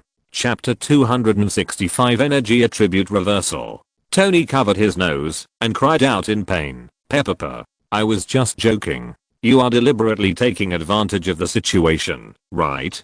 Peppa's muffled and nervous voice came from the door. Sorry, Tony. It's not because of you. It's because of that bad guy. Tony looked at Banner and Natasha, the two people who were least close to Peppa. Tony said angrily, who of you made Peppa angry? Have you forgotten that I'm protecting that kid? Banner and Natasha laughed and said, bullying Peppa? I don't remember such a thing. Tony nodded. That's right. Peppa, that kid, will definitely tell Link or his friends if he is unhappy. If anyone bullies him, he will find helpers to bully them back on the spot. At this time, Midona's voice came, asking, Peppa, what are you doing? There are guests outside. Why are you blocking the door? Peppa's voice of strong indignation came. No, we can't let Rogers, the bad guy, enter our house. Tony pointed at Rogers and shouted, it turned out to be you. Tell me honestly, why did you bully Peppa? Confess and I will not hit your face when I beat you. Natasha was puzzled. Captain? How is it possible? Peppa and Rogers are the closest. Thor had the expression of an experienced person. The closest people hurt people more fiercely. Rogers laughed and asked Peppa in a hurry. Peppa, it's me, Steven Rogers. When did I make you unhappy? Peppa said angrily outside the door. You deceived my pure feelings. Tony, Banner, Thor, and Natasha looked at Rogers with shocked expressions. Rogers' upright image collapsed in their hearts. Tony shouted, Peppa, don't be sad. Just watch how I teach the captain a lesson. He planned to take advantage of the situation and beat Rogers. Although he didn't know why Rogers made Peppa unhappy, it was a basic principle of doing business to take advantage of it. Tony was about to open his mouth to call for his battlesuit. Rogers covered his mouth with his big hand. The two men hugged each other, and Rogers hurriedly asked, Peppa, tell me, how did I lie to you? Is there a misunderstanding? Rogers has an advantage, that is, he treats everyone equally. Even with Peppa, he can communicate seriously, and thus easily gain Peppa's closeness and trust.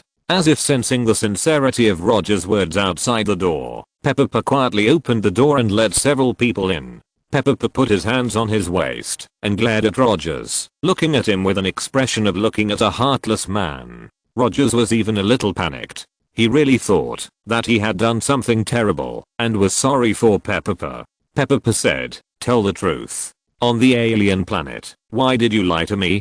Pepper was angry because Loki pretended to be Rogers and lied to him. Rogers was confused. Alien? I have lived for almost 100 years and have never left the Earth.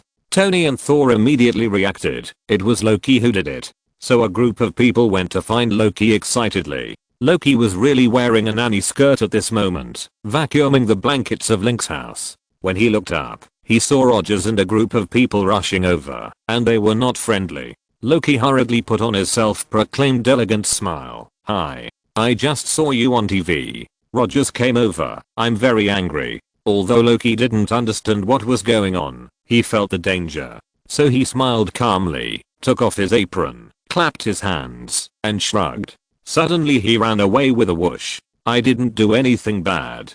Really? Rogers shouted. You didn't do anything. So why are you feeling guilty? Loki shouted. I don't feel guilty. Rogers said angrily. If you don't feel guilty, why are you running? Loki wanted to say something, but suddenly something tripped him. Loki's face hit the ground hard. Loki raised his head with a nosebleed and said angrily, who? A man in black clothes squatted down and said coldly, it's me. This man was Hawkeye Barton. Rogers brought a group of people to surround Loki. Loki's face became more and more embarrassed. Natasha asked Hawkeye, Barton, when did you come here?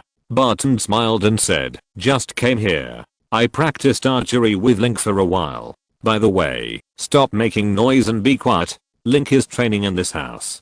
Don't disturb him. Everyone looked over. Tony knew that this house was converted into a meditation room by Link. Tony just asked, what is Link training? There was a bang, and the door was blown apart. Loki laughed dryly. It seems that you have disturbed Link. Midona hurriedly flew in, and the inside was filled with smoke and dust. It was filled with various violent energy particles. Then Link came out with a puzzled look on his face, and Midona asked on his behalf, what are you doing?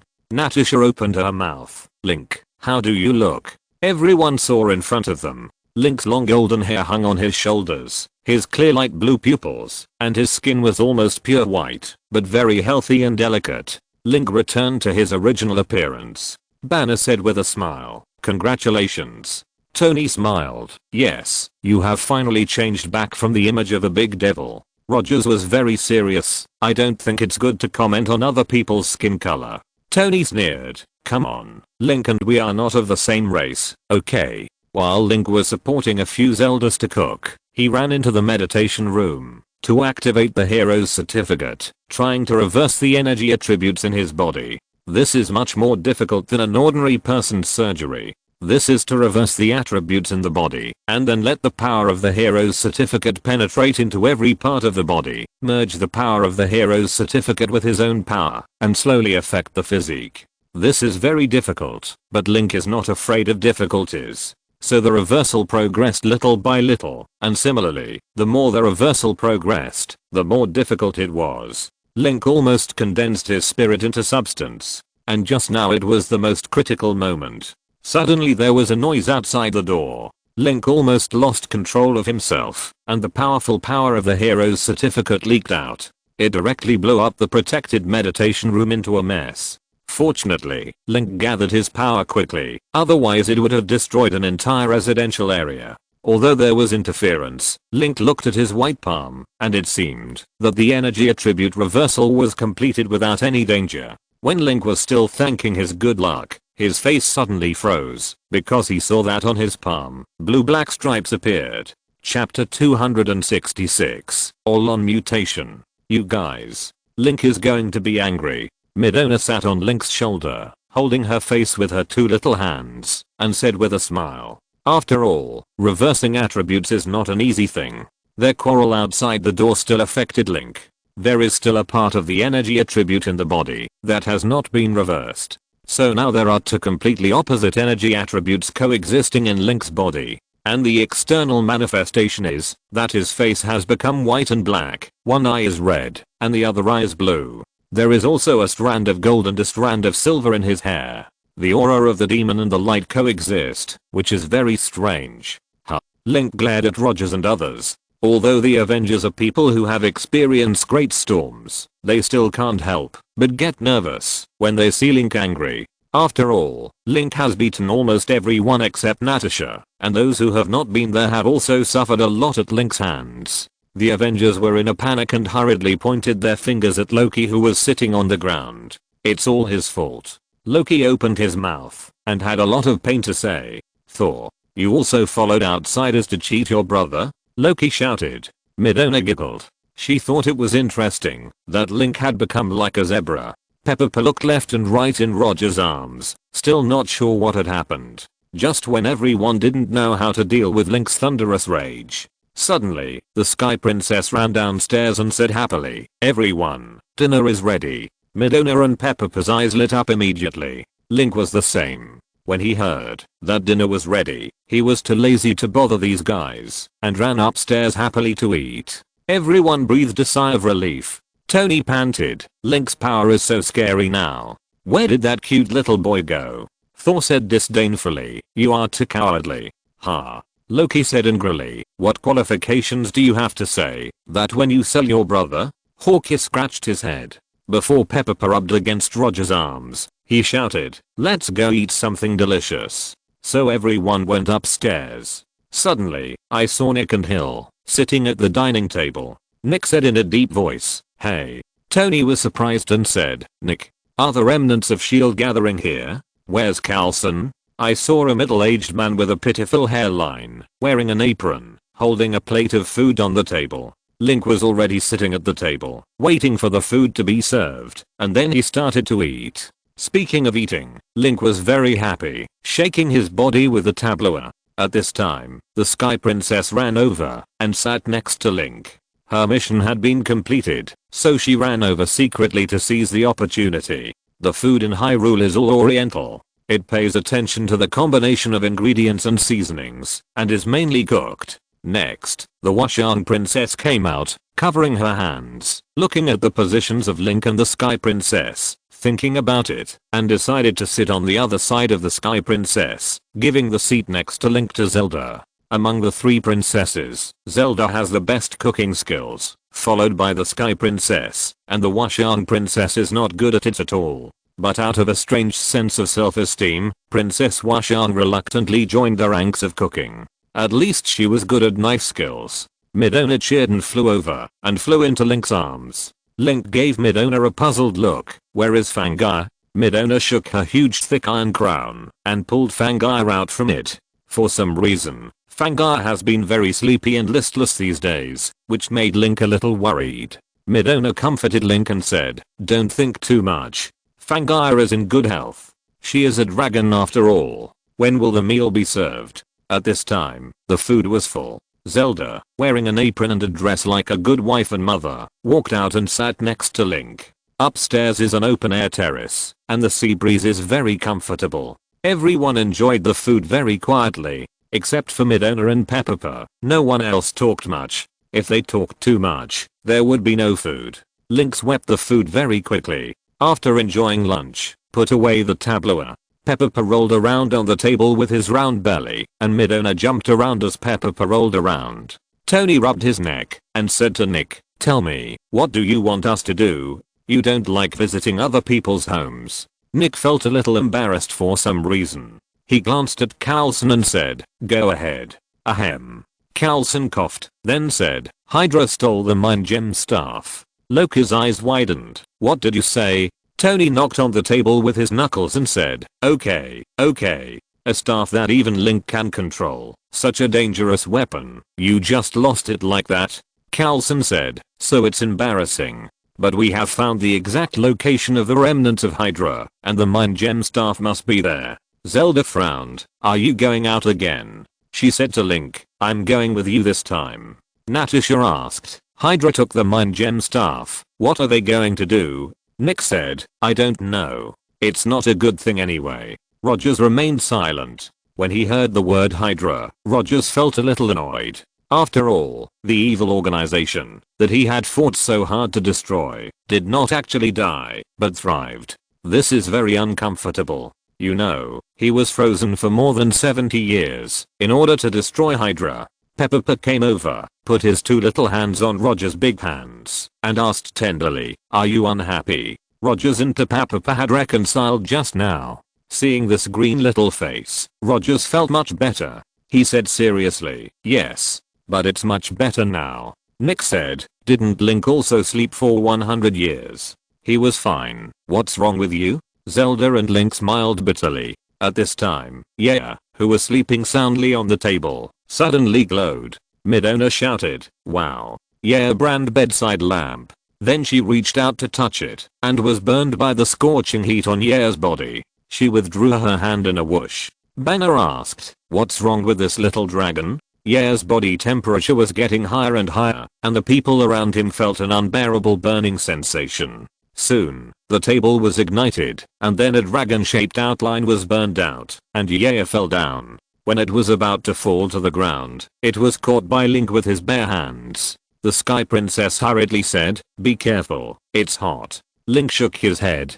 His palm touched Fang's body, but he didn't feel any strong heat. This was just like when Fang was born. Everyone else could feel the heat, but Link couldn't. Midona immediately said, everyone retreat first. If you're listening to this novel on a channel other than Fanfic World, it means they downloaded and uploaded it without effort. We cordially invite you to visit our channel, Mundo Fanfic Novelos. There you'll find the original version of this story and you can explore many other novels of various genres. We're waiting for you to immerse yourself in a world of incredible novels. Chapter 267, Fangamon Super Evolution. Link held Fang in his hands, but the panic in his heart had subsided. Because he saw Fang's expression was very calm, still sleeping comfortably, not in pain at all. This shows that this change is benign. Midona was a little panicked. I didn't feed Fang anything else, except some dragon fruit. Link was shocked. What? What are you doing? Fang can only digest energy substances, and can't eat fruits at all. Midona forcefully defended. Please, it's dragon fruit. Patea eats dragon fruit. Link shook his head. Although Fang is still in its infancy, as an immortal dragon, eating some dragon fruit will not cause any big problems. Bleeding. The Sky Princess exclaimed. Everyone stood far away against the wall. The temperature of Link and Fang was too high, and Thor couldn't bear it. Link's clothes were slowly dyed red, and the blood spread along the clothes. Blood was slightly seeping from Fang's tiny scales. Then Fang began to twitch. Peppa hid in Roger's arms in fear, raised his little head eagerly, looked at Roger's chin and said, what happened to Fanga? Why is she injured? Roger shook his head. He didn't quite know why the little dragon suddenly became like this. Zelda tilted her head and thought about it. Although Fanga had some scary changes. But if you feel it carefully, you will find that the life force in Fanga's body has not weakened, but has doubled. So Zelda said to Link, Fanga may be growing? Link looked left and right, and Midona asked everyone, which expert has experience in raising dragons? Everyone. Tony said angrily, I can't afford it, I'm poor. Banner said angrily, I can't raise it, I'm weak. Thor said angrily, I can't raise it, I'm timid. Natasha looked at the three men in shock. This is exactly a headache. No one in this world has ever raised a dragon, so Link has no idea what Yaya's abnormality is like. There is no textbook or teacher that can teach him how to deal with such a thing. He feels like a clumsy father. Yaya is very obedient and doesn't cause trouble for Link. This dragon baby is like an angel. This is the first time that Link feels the pressure of raising her. Princess Washang suddenly asked, Link, have you noticed that Yaya seems to have not grown much since she was born? Link nodded. Midona suddenly reacted, yes. A child as old as Yaya must look different every day, but Yaya seems to have not grown at all. Maybe Yaya is the kind of person who usually doesn't say anything, but suddenly grows a lot taller. As soon as Midona finished speaking, she saw Yaya's body suddenly glow red, and Yaya opened her eyes in confusion, looking at Link with a sweet smile. It is an extremely happy thing to be able to see the face of a loved one at first sight, after walking out of a dream. Then Yaya felt something strange about her body, lowered her head in confusion, and cried out ah. The change in her body scared herself. Then Yaya looked at Link in panic, cackled, and looked like what's wrong with me? Link could only smile bitterly. You don't know. How can I know? At this moment, Yaya's whole body turned into red light, like a large piece of red gem. Crystal clear, glittering, and stunningly beautiful. Princess Washang suddenly looked strange. Why do I feel that Yaya has super evolved? Yaya in Link's arms suddenly turned red and directly changed from a dragon shape to an egg shape. Midona asked, is this reincarnation? The exclaiming transparent egg-shaped luminous body produced 2 white cracks and suddenly exploded. A naive, smaller Yaya, coiled in Link's palm, looked at Link eagerly and blinked her extremely beautiful red eyes. Zelda asked in confusion, why is it getting smaller? Are you sick? Link gave Yaya a puzzled look. Yaya shook his head and suddenly transformed into a 3-meter long python, wrapping Link around. Link saw a pair of big eyes, looking at him happily. It rubbed Link's cheek with its more mature, less cute, but more handsome dragon head. From the touch of his face, Yaya's scales were much larger than before. Yaya opened his mouth and called happily, and his voice was much deeper. He finally had some of the domineering and handsomeness of an adult dragon. The previous Yaya was more like a cartoon toy dragon. Midona imitated snapping her fingers and said, do I understand what Yaya meant? She has grown up and is now in her normal state. The Sky Princess smiled and asked Midona, professional translator, why was Yaya so small just now? Yaya transformed into a cute little red dragon less than 30 centimeters long, wrapped around Link's neck affectionately like a scarf. She called out affectionately. Midona spread her hands and said, everyone has the ability to transform. Yaya wanted to be held by Link all the time, so she found a way to become smaller. Nick said, no, there is only one Hulk on Earth who has the ability to transform. Midona said, no, there are many. Yaya will become smaller, Link will become a wolf, and I can also become a mature beauty. Nick said with a fake smile, ha, ha, you, a mature beauty? Midona made a face and suddenly turned to the side, turning into a tall, long-legged blonde beauty in cool clothes.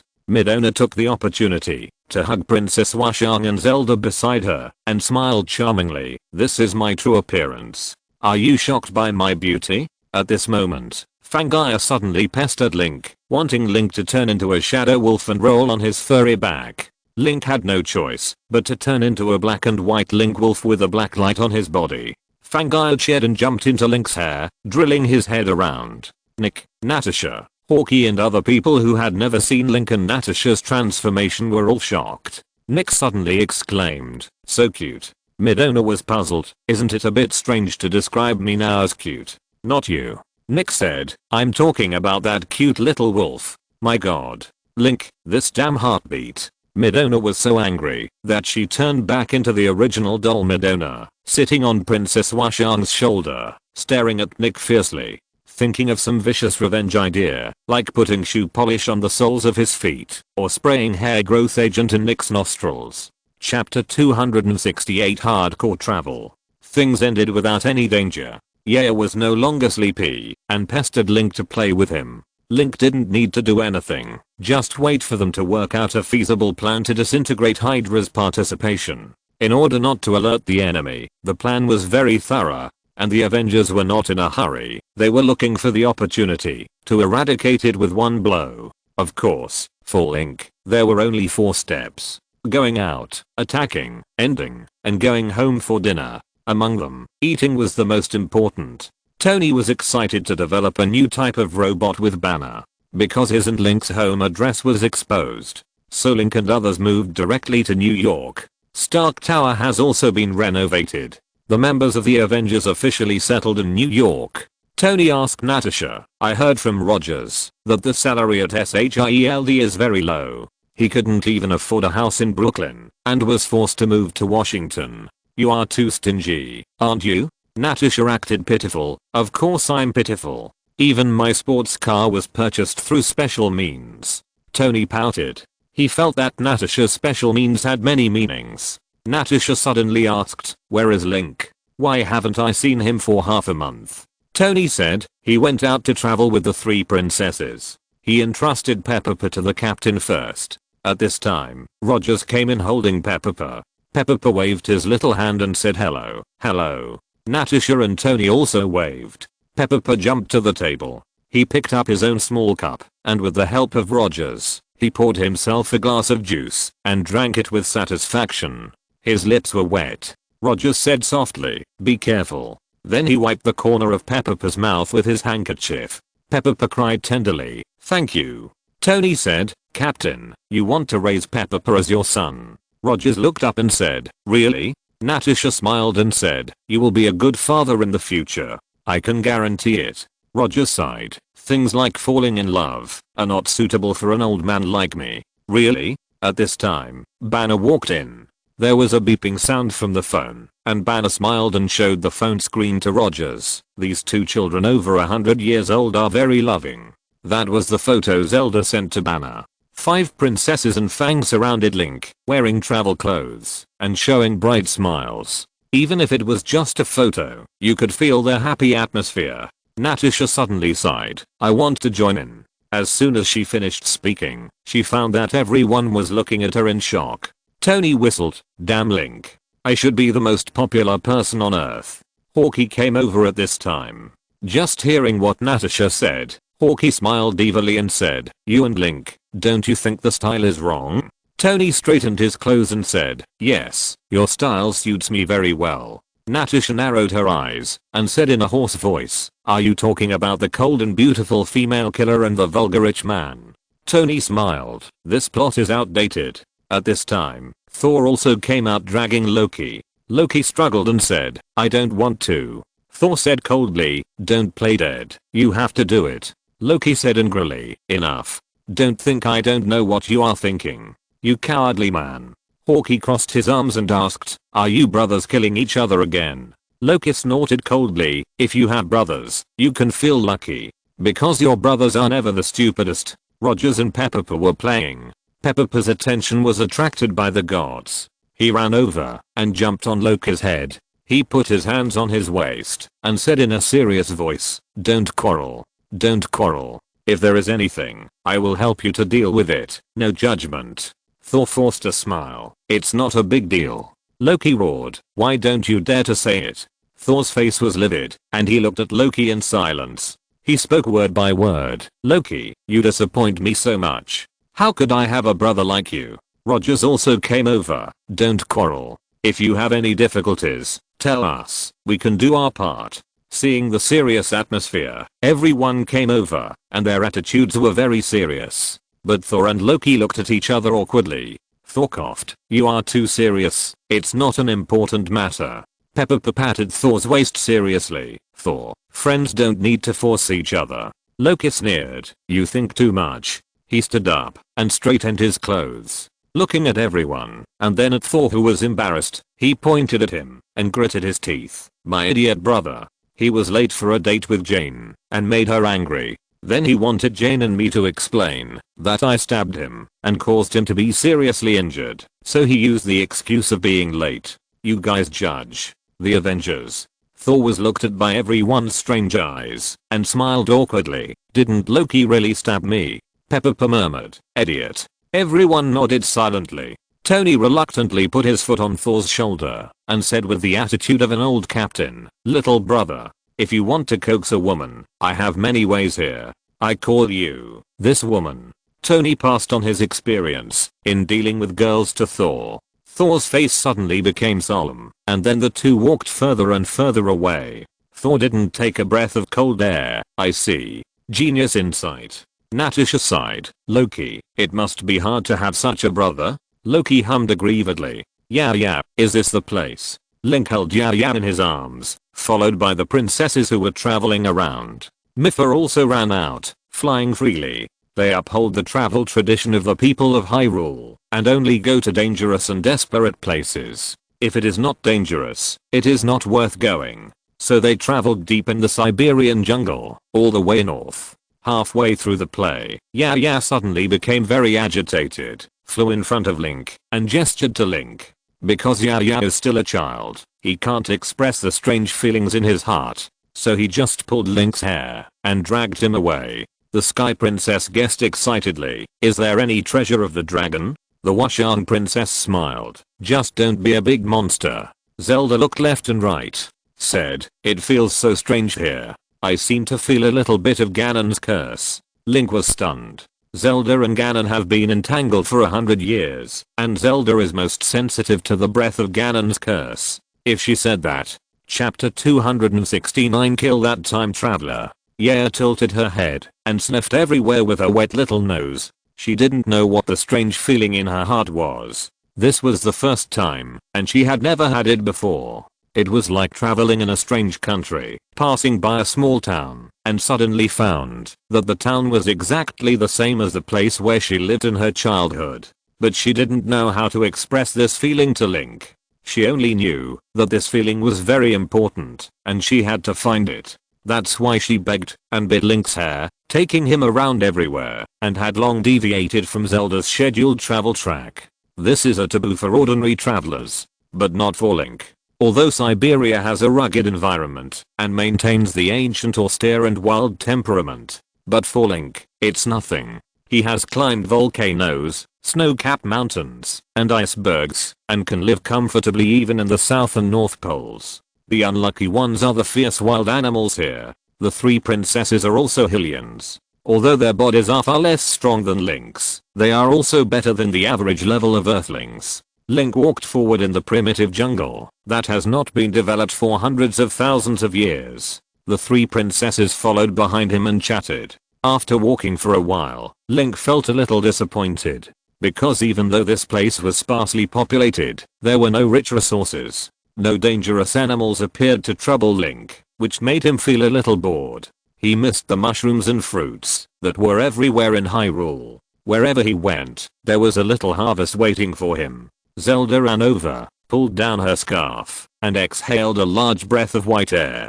Her round face was slightly red, and the tip of her nose was also a little red. She asked, "Did Fang sense anything?" Link shook his head. Since Zelda said that she sensed the breath of Ganon's curse, Link has been more vigilant, but following Fang's induction, he walked a long distance. Nothing happened. The power of Ganon's curse will definitely react once it senses Link's approach. It's like pouring water into a frying pan. The two are incompatible. As the only combat force besides Link, Princess Huashan was also very vigilant and carefully protected him all the way. Zelda said, "I made you worry. I'm afraid it's because my perception is wrong." She knew that, since she said there was a smell of Ganon's curse around, the atmosphere in the team became strange, especially Link. Link was already very tired. He was fighting all the time, but he had little time to rest.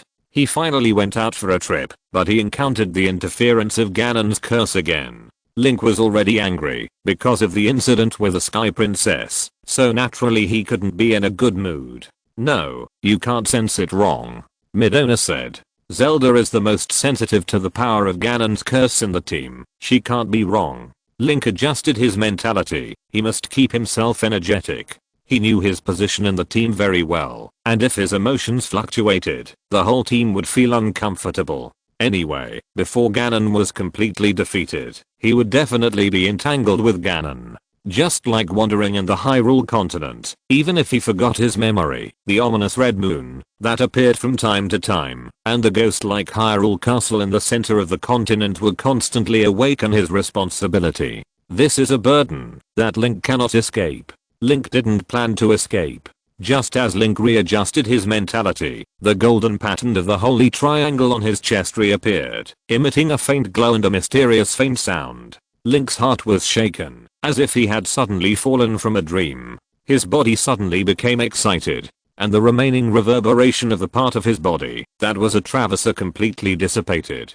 Goodbye. Because the only remaining will in his soul was wiped out, Link's body and soul were highly unified at this time, and he fell into a wonderful experience. Link hurriedly used the power of the brave proof at this moment to penetrate into the spring water in his body. He wanted to use the wonderful state of his body at this moment to reverse the remaining negative attribute energy in his body. Zelda hurriedly retreated and saw that Link's body was marred in a bright golden color that was almost white, like a huge piece of jade. Midona hurriedly hugged Yaya and left. Yaya blinked her big eyes, looked at Link, and called to Midona, "Has Link grown up too?" Midona laughed dryly. "Maybe. This guy is so startled. What's going on? Is he super transforming?" Princess Sky and Princess Huashan hurried over and asked, "What's wrong with Link?" Zelda shook her head blankly. "Link may be adjusting his physical condition, right?" Princess Sky clapped her hands happily. "So that's why." Traveling is really good for physical and mental health. This trip was proposed by Princess Sky. With the help of the highly unified state of mind and body, Link instantly reversed the energy properties in his body. Inside a layer of gold film outside his body, his hair turned brilliant golden again, his skin turned white, and his pupils changed from red to blue. Link continued to explore the situation in his body. He planned to take advantage of this enlightenment state similar to that of the East to completely eliminate the potential effects caused by the combination of the reality gem and the cursed power in his body. But after the reversal of his physical properties, Link clearly felt that there was a clear shadow on his abdomen. This was probably because of the mutation of his physical energy properties. Link tried to touch it, but suddenly felt a piercing pain, forcing him to stop. You know, Link's tolerance for pain is extraordinary. But even so, he couldn't bear the piercing pain he just felt. Link realized that this pain was actually a physiological discomfort deep in his body, just like a person who can't hold his breath and suffocate himself to death. It seemed that this shadow was a part of Link's life. Link tried 10 times in a row without fear of death, but all failed, and he felt very uncomfortable. He knew that it would be a waste of effort to continue. So he put the shadow on his abdomen aside. The light outside his body suddenly exploded, and a crisp sound of breaking was heard. A normal Link appeared in front of the 3 girls. Midona nodded. Yeah. Still so handsome. Ah. Yaya was very happy to see Link return to the way he looked when she first saw him, and flew over to kiss Link on the cheek. Zelda was surprised and said, "You're back." Link smiled and nodded. Yes. The Sky Princess cheered. "You can talk again." Link gathered his hair on his forehead. It seemed that this sudden strange state also restored his soul. Link smiled and nodded again. Chapter 270, Monsters with Different Painting Styles. Although Link regained his ability to speak, there were still side effects. He was even less talkative than before. When he sensed his heart, he found that there was another certificate of bravery in the power of the Holy Triangle. It seemed that this was something that came from his inner purification. But, since the last time he spoke to Goddess Hylia, she had been silent and no longer gave Link any rewards. What happened to Goddess Hylia? Link couldn't figure it out. But Goddess Hylia did give Link everything he deserved in a short period of time. Due to the purification of his soul and the certificate of bravery, Link's strength was greatly improved in just 2 minutes. It made him want to find trouble with Thanos and practice his skills. They were about to continue walking. At this time, suddenly a few wild beasts came running from a distance, including bears, wolves, and for some reason, there were also creatures similar to huskies. When Link saw these wild beasts rushing over, his mood suddenly improved. There was food. But when he was about to shoot 2 ice arrows, these beasts, however, did not even look at Link and his companions, and fled away from them in panic. Zelda wondered, could it be that some terrible creature frightened them? The Sky Princess said, "Let's go and take a look." Everyone walked over. From the woods, a skull with black flames flew out. It made a strange cry, and a strange light flashed in its eye sockets. It rushed towards Link and his companions. Link took out his bow and arrow, turned around, and shot it. But then, the flaming skull immediately exploded with black flames, and 2 identical skulls rushed out from the woods. The Washan princess didn't waste any words, stepped forward and drew her sword, and a stream of sword energy was released. Her movements were as smooth as dancing. The 2 terrifying flaming skulls were cut into 2 pieces. Zelda said, "Let's go up quickly. There must be new Ganon pollution that has suddenly appeared ahead." In places with heavy Ganon pollution, Ganon cursed eyeballs and a ferocious mouth will grow, which will constantly spit out flying horned skull monsters to attack approaching enemies. Once you are targeted by it, you will never be able to get rid of it, unless you smash it.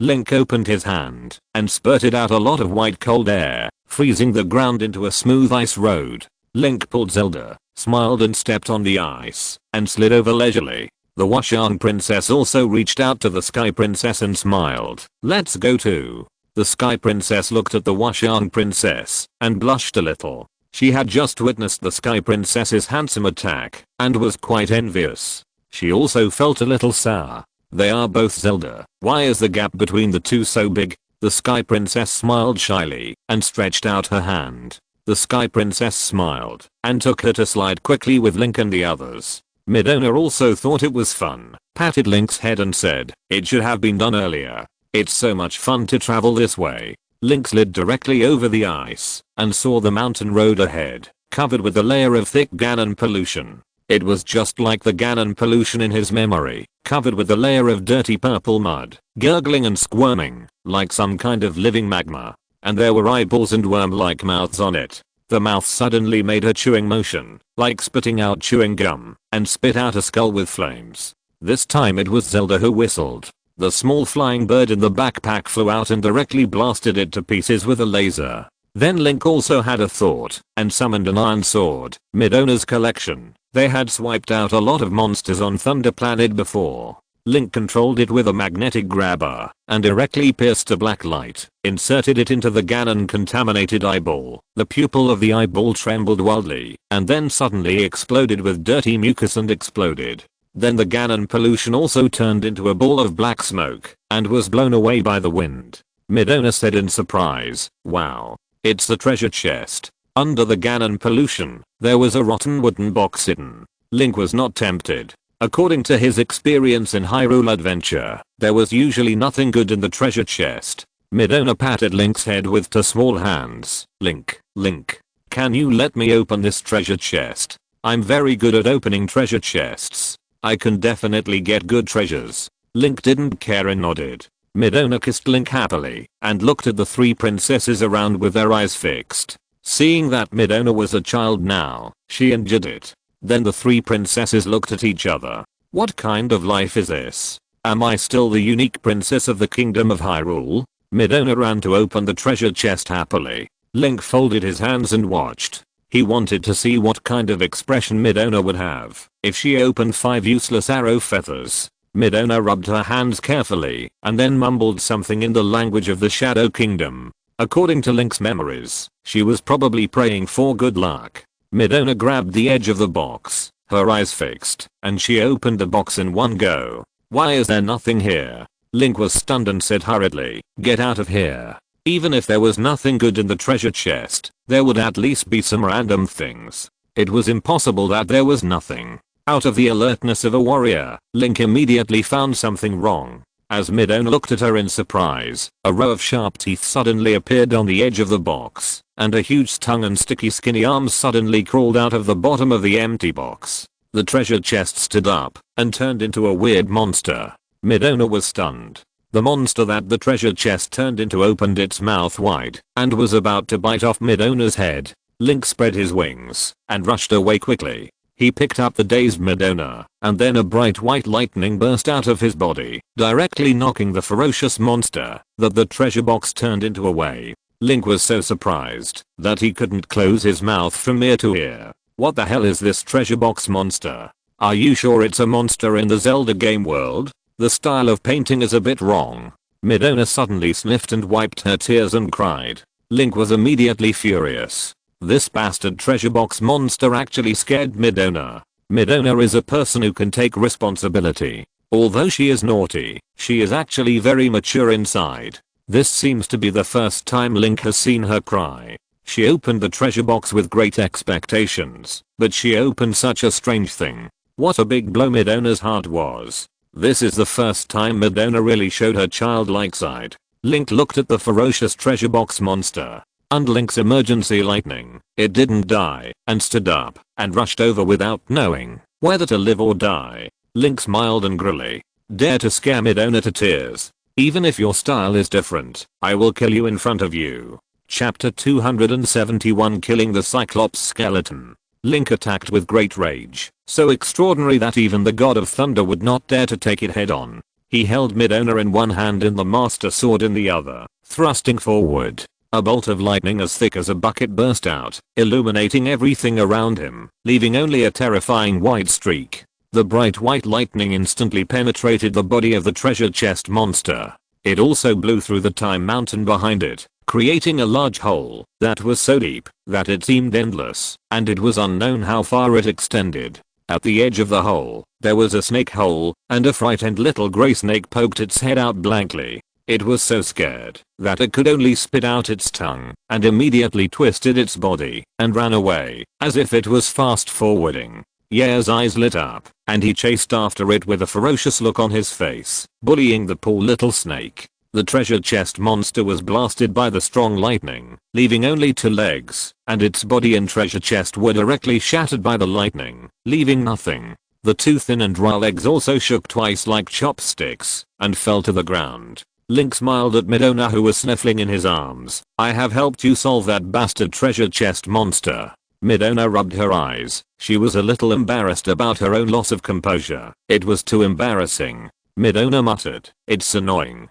Nothing came out. Princess Washang walked over with a sword and said softly, "No. It seems that the treasure chest monster dropped some treasures." Link stepped forward, and Midona bent down to look. A flashing light triangle appeared on the ground, which turned out to be a certificate of bravery. Midona opened her mouth wide. "Wow. It's a certificate of bravery." Link's pupils shrank, and with a wave of his hand, the certificate of bravery, which was flashing with warm golden light, fell into Link's chest, and then disappeared, merging with the sacred triangle power in Link's heart. He couldn't help but be surprised. Look at Midona, who was smug in his arms. Midona tilted her head up, squinting her eyes, and smiled. "See, I told you I was lucky." Link could only nod. This seemed to be the easiest time for him to obtain the certificate of bravery. It seems that Midona's luck in opening treasure chests is really good. Link called back Yair, who bullied the weak, and continued to go deeper. Princess Washang said seriously, "The smell of Ganon's curse in front of us has indeed become stronger all of a sudden." Zelda also nodded. "If we hadn't come here to play on a whim, we would not have noticed that such a thing happened here. What a coincidence." Midona also said, "It's quite a coincidence." She glanced at Princess Sky for a moment, and then poked Link's chest with her elbow. Link nodded slightly, but didn't say much. Because the smell of Ganon in front of us suddenly became stronger. The originally cold air was also filled with a sense of anxiety. Link asked Princess Washang to protect the other 2 princesses, and the birds were on guard in the sky. He sneaked down, and stepped in quickly, hiding behind a tree. There was a strong smell of Ganon curse in front of the hero, but there was only a treasure chest. Midona saw the treasure chest again. Her eyes lit up again, and she flew over to open the treasure chest. But she was caught by Link. Midona frowned and said, "There are no enemies ahead." Link summoned a hard ice ball in his hand. He threw it at the treasure chest. It broke with a snap. Suddenly, the ground shook violently. Yair immediately shrank into Link's hair, stretched out a little head, and looked out. The soil cracked, and huge pieces of bones broke out of the ground. The bones were full of traces of corrosion, and seemed to have been decayed for a long time, full of cracks. The cracks were covered by a layer of sticky Ganon pollution. In a short time, a huge Cyclops skeleton stood up. In the black eye socket, the Ganon pollution extended over and condensed together, and suddenly exploded, stretching out a huge ginger eyeball. Midona covered her mouth. "Oh my god." The Cyclops skeleton was walking around, and suddenly scratched the back of his head with his huge hand bones, and suddenly thrust his hand into the ground. The fresh and moist soil was turned out, and the Cyclops skeleton grabbed a huge hammer from the ground. Link is now in stealth mode. The Cyclops is high above, and cannot be found. But he instinctively felt that a disgusting energy was nearby, so he wandered back and forth, refusing to fall asleep again. The Cyclops skeleton is much stronger than the ordinary Cyclops, at least 100 times stronger than the Cyclops Link encountered before. It is very difficult to destroy, and for some unknown purpose, there is a Cyclops raised in the Hyrule Royal City. Midona's big eyes sparkled. With such a strong monster guarding it, there must be some powerful treasure in that treasure chest. Link smiled and said nothing. He is now very rich, with the Master Sword in hand, the Hylian Shield in hand, and a great flame weapon, the Dragon Scale Great Sword. Link is very satisfied with his current equipment. Link turned around and gestured to the 3 princesses. Zelda nodded and released the bird. The bird immediately took off its wings and flew in the sky, attracting the attention of the Cyclops. The Cyclops suddenly jumped up and wanted to catch the bird like a child. If Zelda hadn't dodged in time, the bird might have been slapped to death by the Cyclops. The bird attracted the attention of the Cyclops skeleton. As a creature with only one eyeball, the Cyclops skeleton has no such thing as distraction. If you focus on one thing, it is difficult to be distracted by other things. Link immediately sneaked over quietly. He quickly came behind the Cyclops skeleton, slowly stood up, and summoned the dragon scale greatsword. When Yaya saw the dragon scale greatsword appear, she felt very happy all of a sudden. She especially likes red things, and the dragon scale greatsword is her favorite of all red things. Link poured in his strength, and Arkle's power was immediately released and poured into the weapon. He did not use the power of thunder in order not to wake up the Cyclops skeleton. Then the power of the holy triangle on his chest also lit up. The power of the hero's certificate turned into a ray of light and poured into Link's body and limbs. The wings behind him fluttered, and Link was boiling. He raised the dragon scale sword high, and his mind was focused. Even at the last moment of the attack, due to Link's superb stealth ability, the Cyclops skeleton was not awakened. The three princesses watched, and Link stretched his body in the air, and his strength was perfectly controlled. He swung it down. Bang! A dragon roar came from the sword, and the sword was full of anger, and a raging fire ignited on it. Link hit the Cyclops head hard, and his strength was fully released. A crack on the back of the Cyclops head quickly expanded. Chapter 272 Warm Invitation. Link didn't plan to waste too much time with the Cyclops skeleton, and wanted to kill it with one blow. A sneak attack from the back, the power of the hero's certificate, Arkle, plus the dragon scale greatsword, and Link's own already terrifying power, all burst out, and with just one move of thunder, the Cyclops skeleton's skull was directly smashed. Bang! Even the ground was filled with a loud noise. The Cyclops skeleton had originally come out from underground and was hit by Link's unreasonable attack. Both legs were directly inserted into the weak soil. Then the whole body of bones could not withstand Link's 8 times back critical strike, and it exploded directly. So handsome. Midona cheered. Yaya also shouted happily. Link fell to the ground and saw the ginger eyeball of the Cyclops skeleton falling down, trembling in front of him, looking at Link with a lifeless look. Link stepped on it and crushed it. The eyeball of the Cyclops skull exploded into a black eye, and then a crystal clear certificate of bravery flew out of it. It fell into Link's heart. Midona cheered. I'm going to open the treasure chest. Yaya followed happily. The three princesses came over. Zelda opened her school bag, and the small bird fell into the bag obediently. It seemed that there was a problem with the voice function that Zelda set for the bird. This bird, which looked like a seagull, actually made a cat cry. The Washan princess looked at the ground cautiously. She was a little amazed at Link's improvement in strength. I'm afraid that few people on Earth can withstand this attack. Midona excitedly opened the treasure chest, muttering something in her mouth, like a little gambler who wanted to get rich overnight. The treasure chest creaked open, and inside was. The Sky Princess ran over with a smile and asked, "Did you find anything good?" Midona covered her cheeks and exclaimed, "What is this?" Zelda and Link came over to check, and the two looked at each other and couldn't help but smile. It turned out that there were 5 golden and smooth fruits in the treasure chest, with a strange shape. This thing is a mobile phone in the Hyrule continent, and Link has not found all of them yet. Chloros fruit. It can help Link increase the storage of weapons in space. Midona covered her nose and asked, "Is this a good thing?" Link nodded, "I guess so." Zelda smiled and said, "This is a fruit collected by Yahaha." Midona was shocked and said, "That kid actually likes this kind of thing. I will never put this thing in my crown." Link suddenly realized that the thing Midona hid was not her hair, but her crown. Now Midona's rough iron crown is used by Link as his space pocket to store vital things. She wanted to put some food in it, but Midona refused. So Zelda put it in her bag. At this time, the voice of the Washan princess came, "Everyone, this place seems to be changing." Link hurried over and saw that in the pit where the Cyclops skeleton crawled out, there was black soil wriggling inside, as if this area was alive. Then suddenly, the crack widened. Link pulled the Washan princess back. He was not worried that he and the Washan princess would fall in. He was kidding. Link can fly now. But suddenly there was a strong suction force inside, like a magnetic grabber, controlling Link. He was directly dragged underground. Link pulled the Washan princess to support himself and tried to retreat quickly, but the tooth on his shoulder suddenly lost his grip. He was pulled away by the suction. Tooth.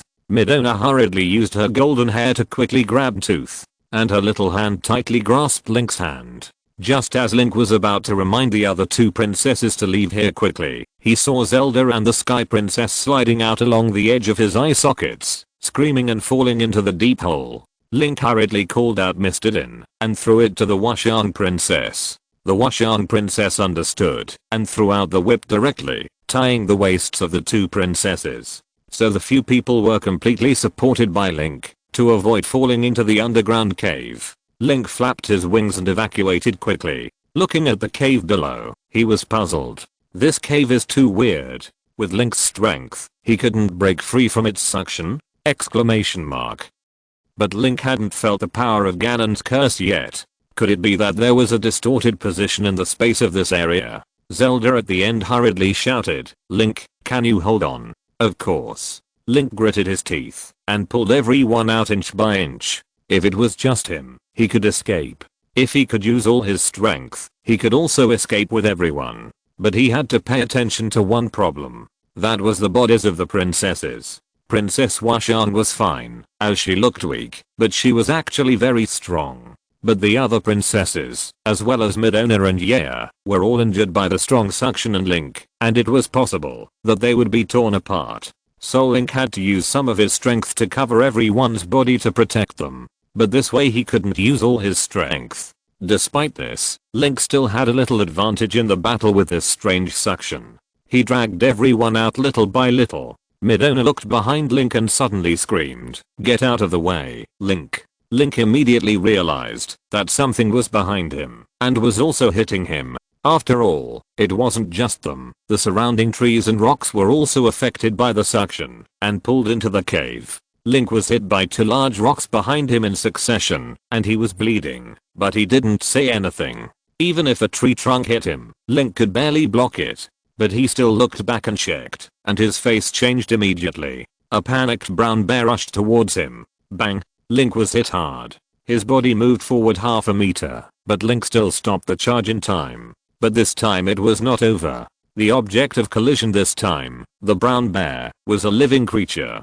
It was also afraid and timid. Afraid of being sucked into the ground, it desperately hugged Link with its claws. It simply added considerable weight to Link. The brown bear was like a poor child, hugging Link tightly and unwilling to let go. Link said angrily, "Let me go." The brown bear shook his head pitifully. It was unwilling to let go. Link felt that he could not hold on any longer and said angrily, "If you don't let go, I will electrocute you." Oh. The brown bear begged for mercy aggrievedly, but its two big palms were unwilling to let go. Link stopped talking. "Well, you force me to do this." Just when Link was about to release the electric shock, suddenly, a big rock behind him was sucked over and hit Link's back of the head hard. Link felt a pain at the back of his head, and then he could no longer hold on.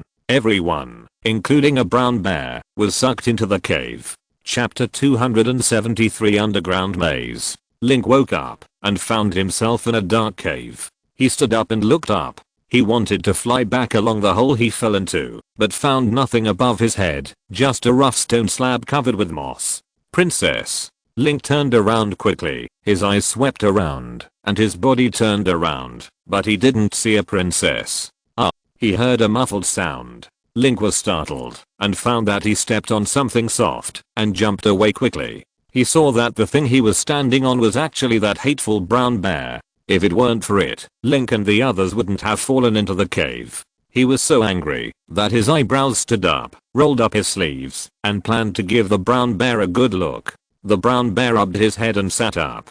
Foolishly, he shouted at Link twice, hoping to ask for forgiveness. Looking at Link's annoyed eyes, the brown bear smiled awkwardly. Seeing the brown bear begging in a human way, Link loosened his fist. Seeing that Link was not going to cause trouble for him, the brown bear sat up slowly, walked over slowly, and called out to Link twice. Link could understand what the brown bear meant. "How do we leave?" "How would I know?" Link patted the brown bear's head. He walked deeper into the cave passage. The brown bear looked left and right and decided to follow Link. Midona rubbed his head and called out, "What? Yeah, are you okay?" He raised his head and saw that his hands were empty. She stood up and saw the Sky Princess, who was also a little dazed from the fall. The Sky Princess sorted out her messy blonde hair and asked, "Are you okay?" Midona blinked her bright eyes twice and suddenly said, "Why did you guide Link here?" Midona suddenly transformed into a tall, cyan-skinned blonde beauty.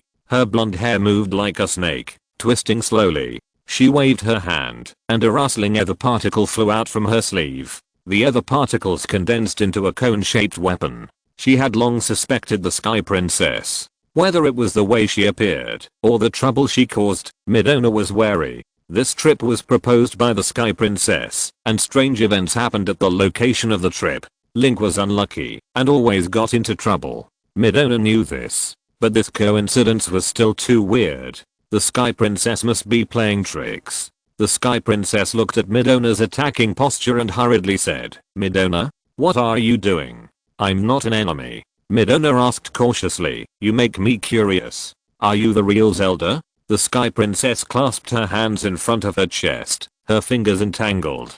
She looked at Midona, whose attitude had changed greatly, in confusion and said, "Of course I am. You didn't treat me as Ganon's puppet to induce Link to ambush here, right?" "I really didn't. The Sky Princess suddenly stopped talking. The Sky Princess eyes turned pure black, and two ferocious wings formed by Ganon's pollution suddenly appeared behind her. The Sky Princess hair suddenly grew and fell to the ground. Then, from the root of the hair, like a flood, this brilliant golden hair suddenly turned black. Midona felt a strong breath of Ganon. The Sky Princess's face was stiff, and her voice became extremely painful. "My body, Midona, run." Midona was also slightly surprised. Didn't Link remove the power of Ganon's curse in Zelda's body? There is still such a large amount of curse power. A smile suddenly appeared on the corner of her mouth. "Interesting. Let me see what tricks Ganon is planning." Yaya woke up in a daze, flew up, and looked around.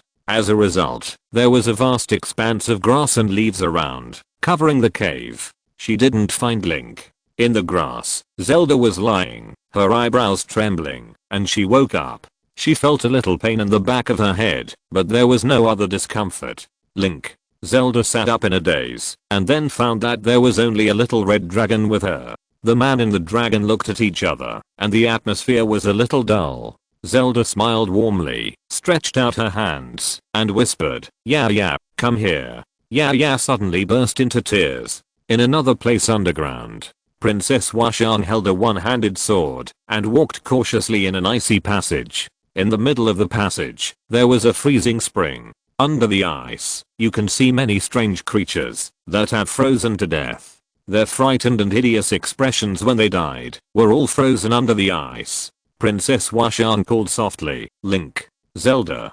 But in the ice-filled passage, only the echo accompanied her. Link walked forward in this passage that looked like a cemetery. The brown bear followed closely behind him, and it seemed that he also knew that he would be safe only if he followed Link. Link was also happy that the brown bear followed him. This was a dry food that could move on its own, and Link could kill it on the spot when he was hungry. The brown bear still had too little contact with Link. Seeing that Link did not kill it, and had a gentle appearance, it followed without hesitation. If the brown bear knew how terrible Link's appetite was, he would definitely run as far as he could with his fat limbs. He definitely didn't want to see Link again in this life. Link turned into Shadow Wolf, and looked at the brown bear in a daze. Shadow Wolf used his nose to ask, but still couldn't find the smell of other people. This made him very anxious. Although so far, he and the brown bear have not encountered any enemies or traps. But this inexplicable underground world, which forced Link and others to come here, must have no good intentions.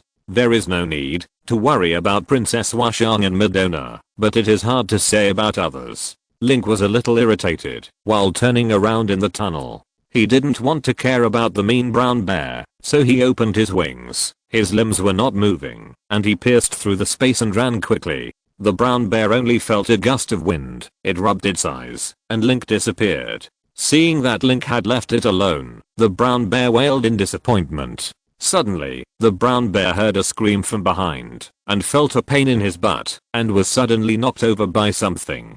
The brown bear was horrified. Could it be a monster that eats butts? He hurriedly turned his head to look at his butt, and saw Link Wolf standing up dazed. This is a circular passage. Link moved quickly and went back to the starting point.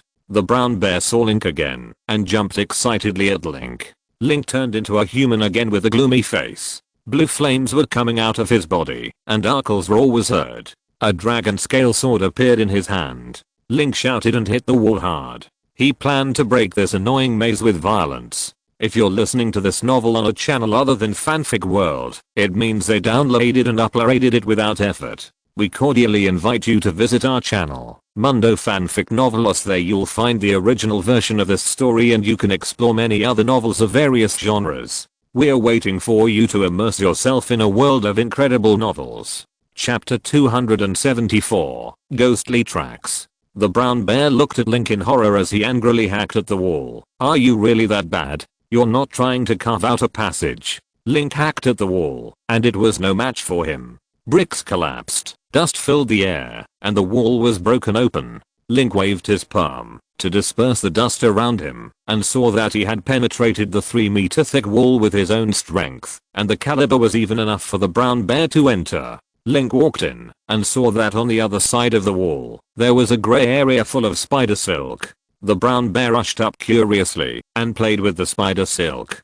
Before Link could warn the brown bear, he saw a huge black spider with a little red on its body appearing from the other end of the spider silk. The originally tiny creature suddenly magnified in front of him in the most brutal form. The details of the spider's ferocious mouth pits were exposed in front of Link and the brown bear, which was very scary. It happened to appear in such a crowded cave, and in such a dark scene, the horror was doubled. The giant red spotted spider suddenly made a sizzling sound like it was inhaling cold air, opened its mouth, raised its front forelimbs, and pounced towards the brown bear. The brown bear was so scared that its mouth opened wide, and it wanted to escape. However, its body was entangled in spider silk, and the strong stickiness made it unable to move. Link rushed over and slashed with a sword. He cut off the spider silk stuck to the brown bear. Then he turned his hand and summoned the dragon scale sword in his other hand. The dragon scale sword spewed out flames, and the surrounding space suddenly lit up.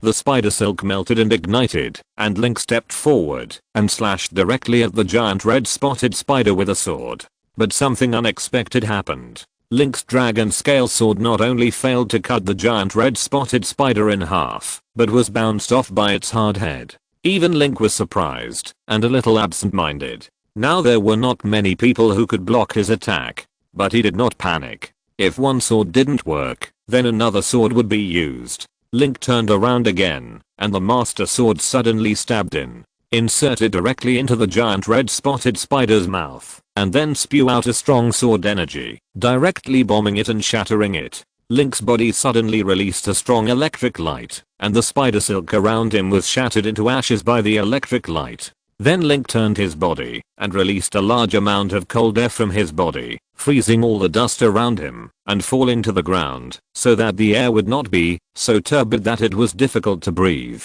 Link pulled out the master sword from the giant red spotted spider's mouth. On the master sword, drops of spider juice dripped on the ground, directly corroding the floor here into small pits. Link breathed a sigh of relief. Fortunately, he moved quickly. If the giant red spotted spider used his highly corrosive venom, even if Link's body was strong and not afraid of most of the venom in the world, it would also be very tragic on his face and body due to its strong and terrible corrosiveness. The spider profession flowed under Link's feet, and thick smoke came out of Link's shoes, but then it was frozen into a layer of ice. Link observed the surroundings, and the brown bear observed Link. Link glared at the brown bear. This guy always caused trouble. Link wanted to roast it and eat it. The brown bear quickly dodged his gaze, and looked around with a sigh. But this was just a wide cave. There was not even a way out. When Link was about to use his sword to break a hole in the wall again, a sinister voice suddenly came from the shadow of the cave. Link, why don't you want to abide by the rules of the game?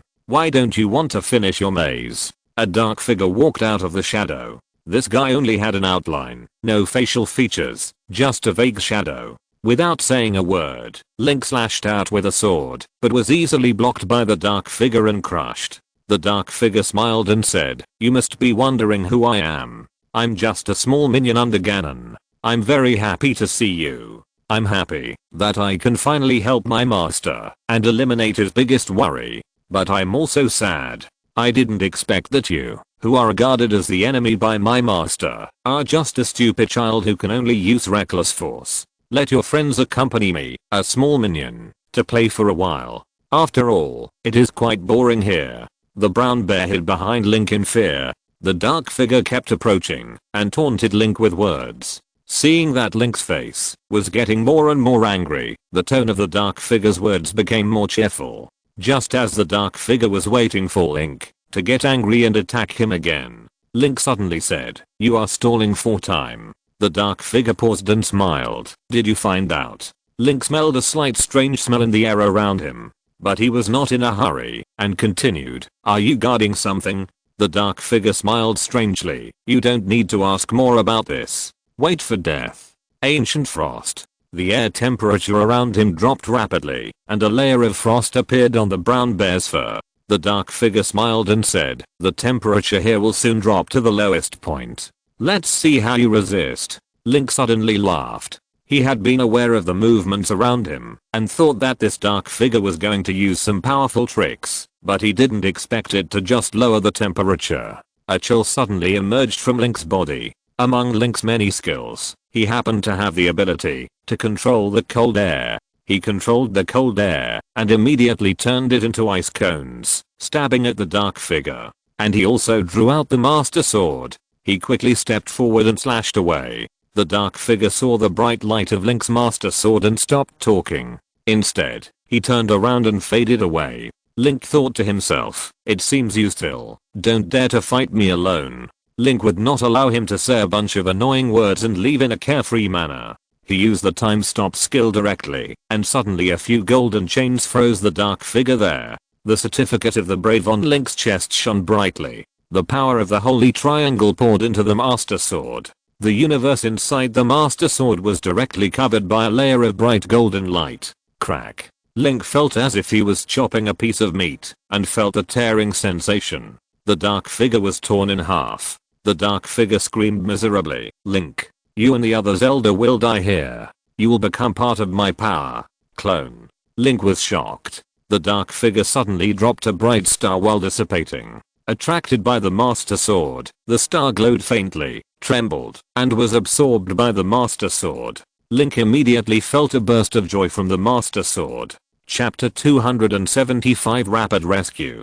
Link looked inside the Master Sword and found that the empty world inside had a star. Two faint lights were spinning together in this lonely world. The blade of the sword flickered, and a sword beam shone out, spewing out. Compared with before, the power has increased again. Link was distracted by the joy of the Master Sword's enhancement for too long. The dark figure, although it couldn't beat Link, was indeed strong, and it was just a clone. This time it was to cause trouble for Link, but what if it caused trouble for Zelda or the Sky Princess? Link was about to slash with his sword and break the wall again, but this was too slow. He didn't have time to use the sword to dig a tunnel, so he had to find a quick way. When he turned around, he saw a big ice bowl standing in the middle of the cave. Link was stunned. He saw a brown bear frozen in the big ice bowl. Before it was frozen, the brown bear still had a surprised expression on his face. Link hurried forward, stretched out his hand, used the ice maker, controlled the ice, and shattered it all at once.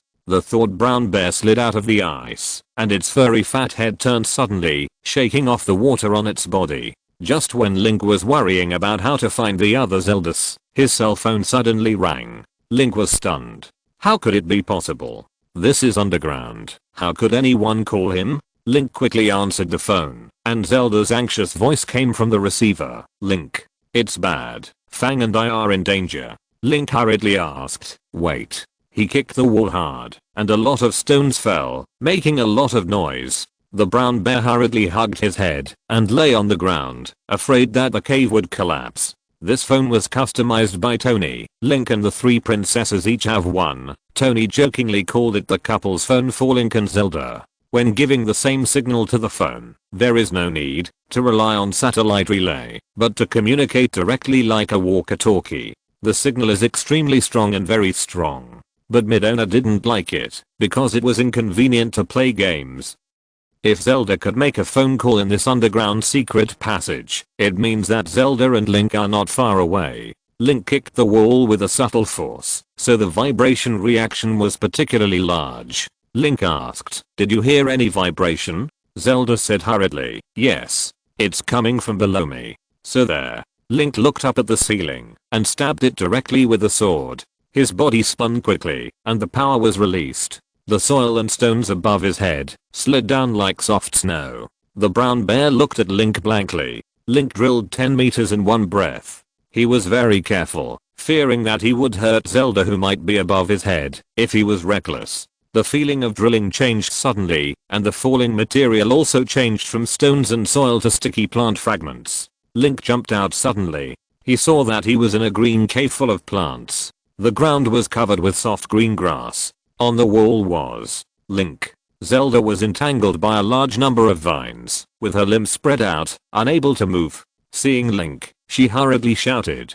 Fangire eagerly sprayed fire to burn the vines on Zelda's body, but the speed at which she burned the vines was far slower than the speed at which the vines covered them again. Suddenly, a vine stabbed and directly tied Fangire, and from the green grass, several strange-looking man-eating plants suddenly emerged, looking more like some kind of terrible alien creatures than plants. Opening their large mouths full of temporal lobes, they bit directly at Zelda. Without saying a word, Link's sword energy surged out and stabbed directly, cutting it off. The head of the man-eating plant fell at Zelda's feet, and its mouth opened and closed, trying to devour Zelda's feet. At this moment, Zelda's mouth was covered by vines and she couldn't speak. And beside her, in the green grass, several larger and uglier smelly man-eating plants grew again. Link looked at Zelda's horrified eyes and directly opened his arms, releasing a large amount of lightning from his body, covering the surroundings in a bright white. After the fierce subsonic current, the surrounding vegetation, whether harmful or not, was scorched by Link. Except for the vines in Zelda's area, for the sake of safety, the electric shock did not directly damage it. Link chopped again fiercely, and the vines and other ferocious vegetation shook into a ball of black ash. Then he quickly rushed to Zelda, and then chopped down with two swords. The Master Sword cut off the vines bound to Zelda with a millimeter of the blade. Link hurriedly hugged Zelda and walked out. Then he hurriedly shouted, "Yeah." Then smoke suddenly rose from under Link's feet. Several vines covering it were ignited and burned black. Then Yeah flew out in surprise and wrapped around Link's neck. Zelda said in surprise in Link's arms, "You came at the right time. I almost became food for plants. What are these wonderful plants? Do they have brains?" Zelda was chattering a little, because she was almost swallowed by the giant carnivorous plant just now, so she was a little excited. Link smiled and shook his head. He didn't have as strong a desire for knowledge as Zelda. He only knew that this group of vicious plants that had not been eradicated were still gritting their teeth and planning to swallow Link and his friends. Link released a strong electric light again, burning the remaining vines in front of him. The electric shock was not just on the surface, but even the internal roots were completely destroyed by Link's thunder power, completely eradicating the roots. At this time, the brown bear also crawled out along the passage that Link broke out. Link looked at Zelda with messy hair and a frightened look, so he hugged Zelda's waist and put her on the brown bear's back. Zelda exclaimed, "Is this your new pet?" The brown bear barked twice to show that he was very gentle. Link smiled. It was actually new dry food. He asked Zelda to contact the other princesses quickly, but this time, whether Zelda called the Sky Princess or the Washan Princess, she couldn't get through. Link suddenly transformed into a shadow wolf. He barked at the brown bear. Then he went deeper into the passage. In the shadow wolf mode, Link's sense of smell and hearing were greatly enhanced. He captured the abnormal smells and vibrations in the passage. Time waits for no one. If the Sky Princess and others were attacked, it would be bad. Link hurriedly turned back and asked Zelda to feel her body to see if there were any strange sensations or pain. To find out if the other Zeldas were injured. Zelda suddenly felt a pain in her wrist. She hurriedly said, "One of Zelda's wrists seems to have been attacked." End of this chapter. Thank you very much for reaching the end. Don't forget to like. Looking for more exclusive content and immediate access? Subscribe to our Patreon. Remember, every like subscription, or donation encourages us to continue. Thanks to everyone. See you in the next video.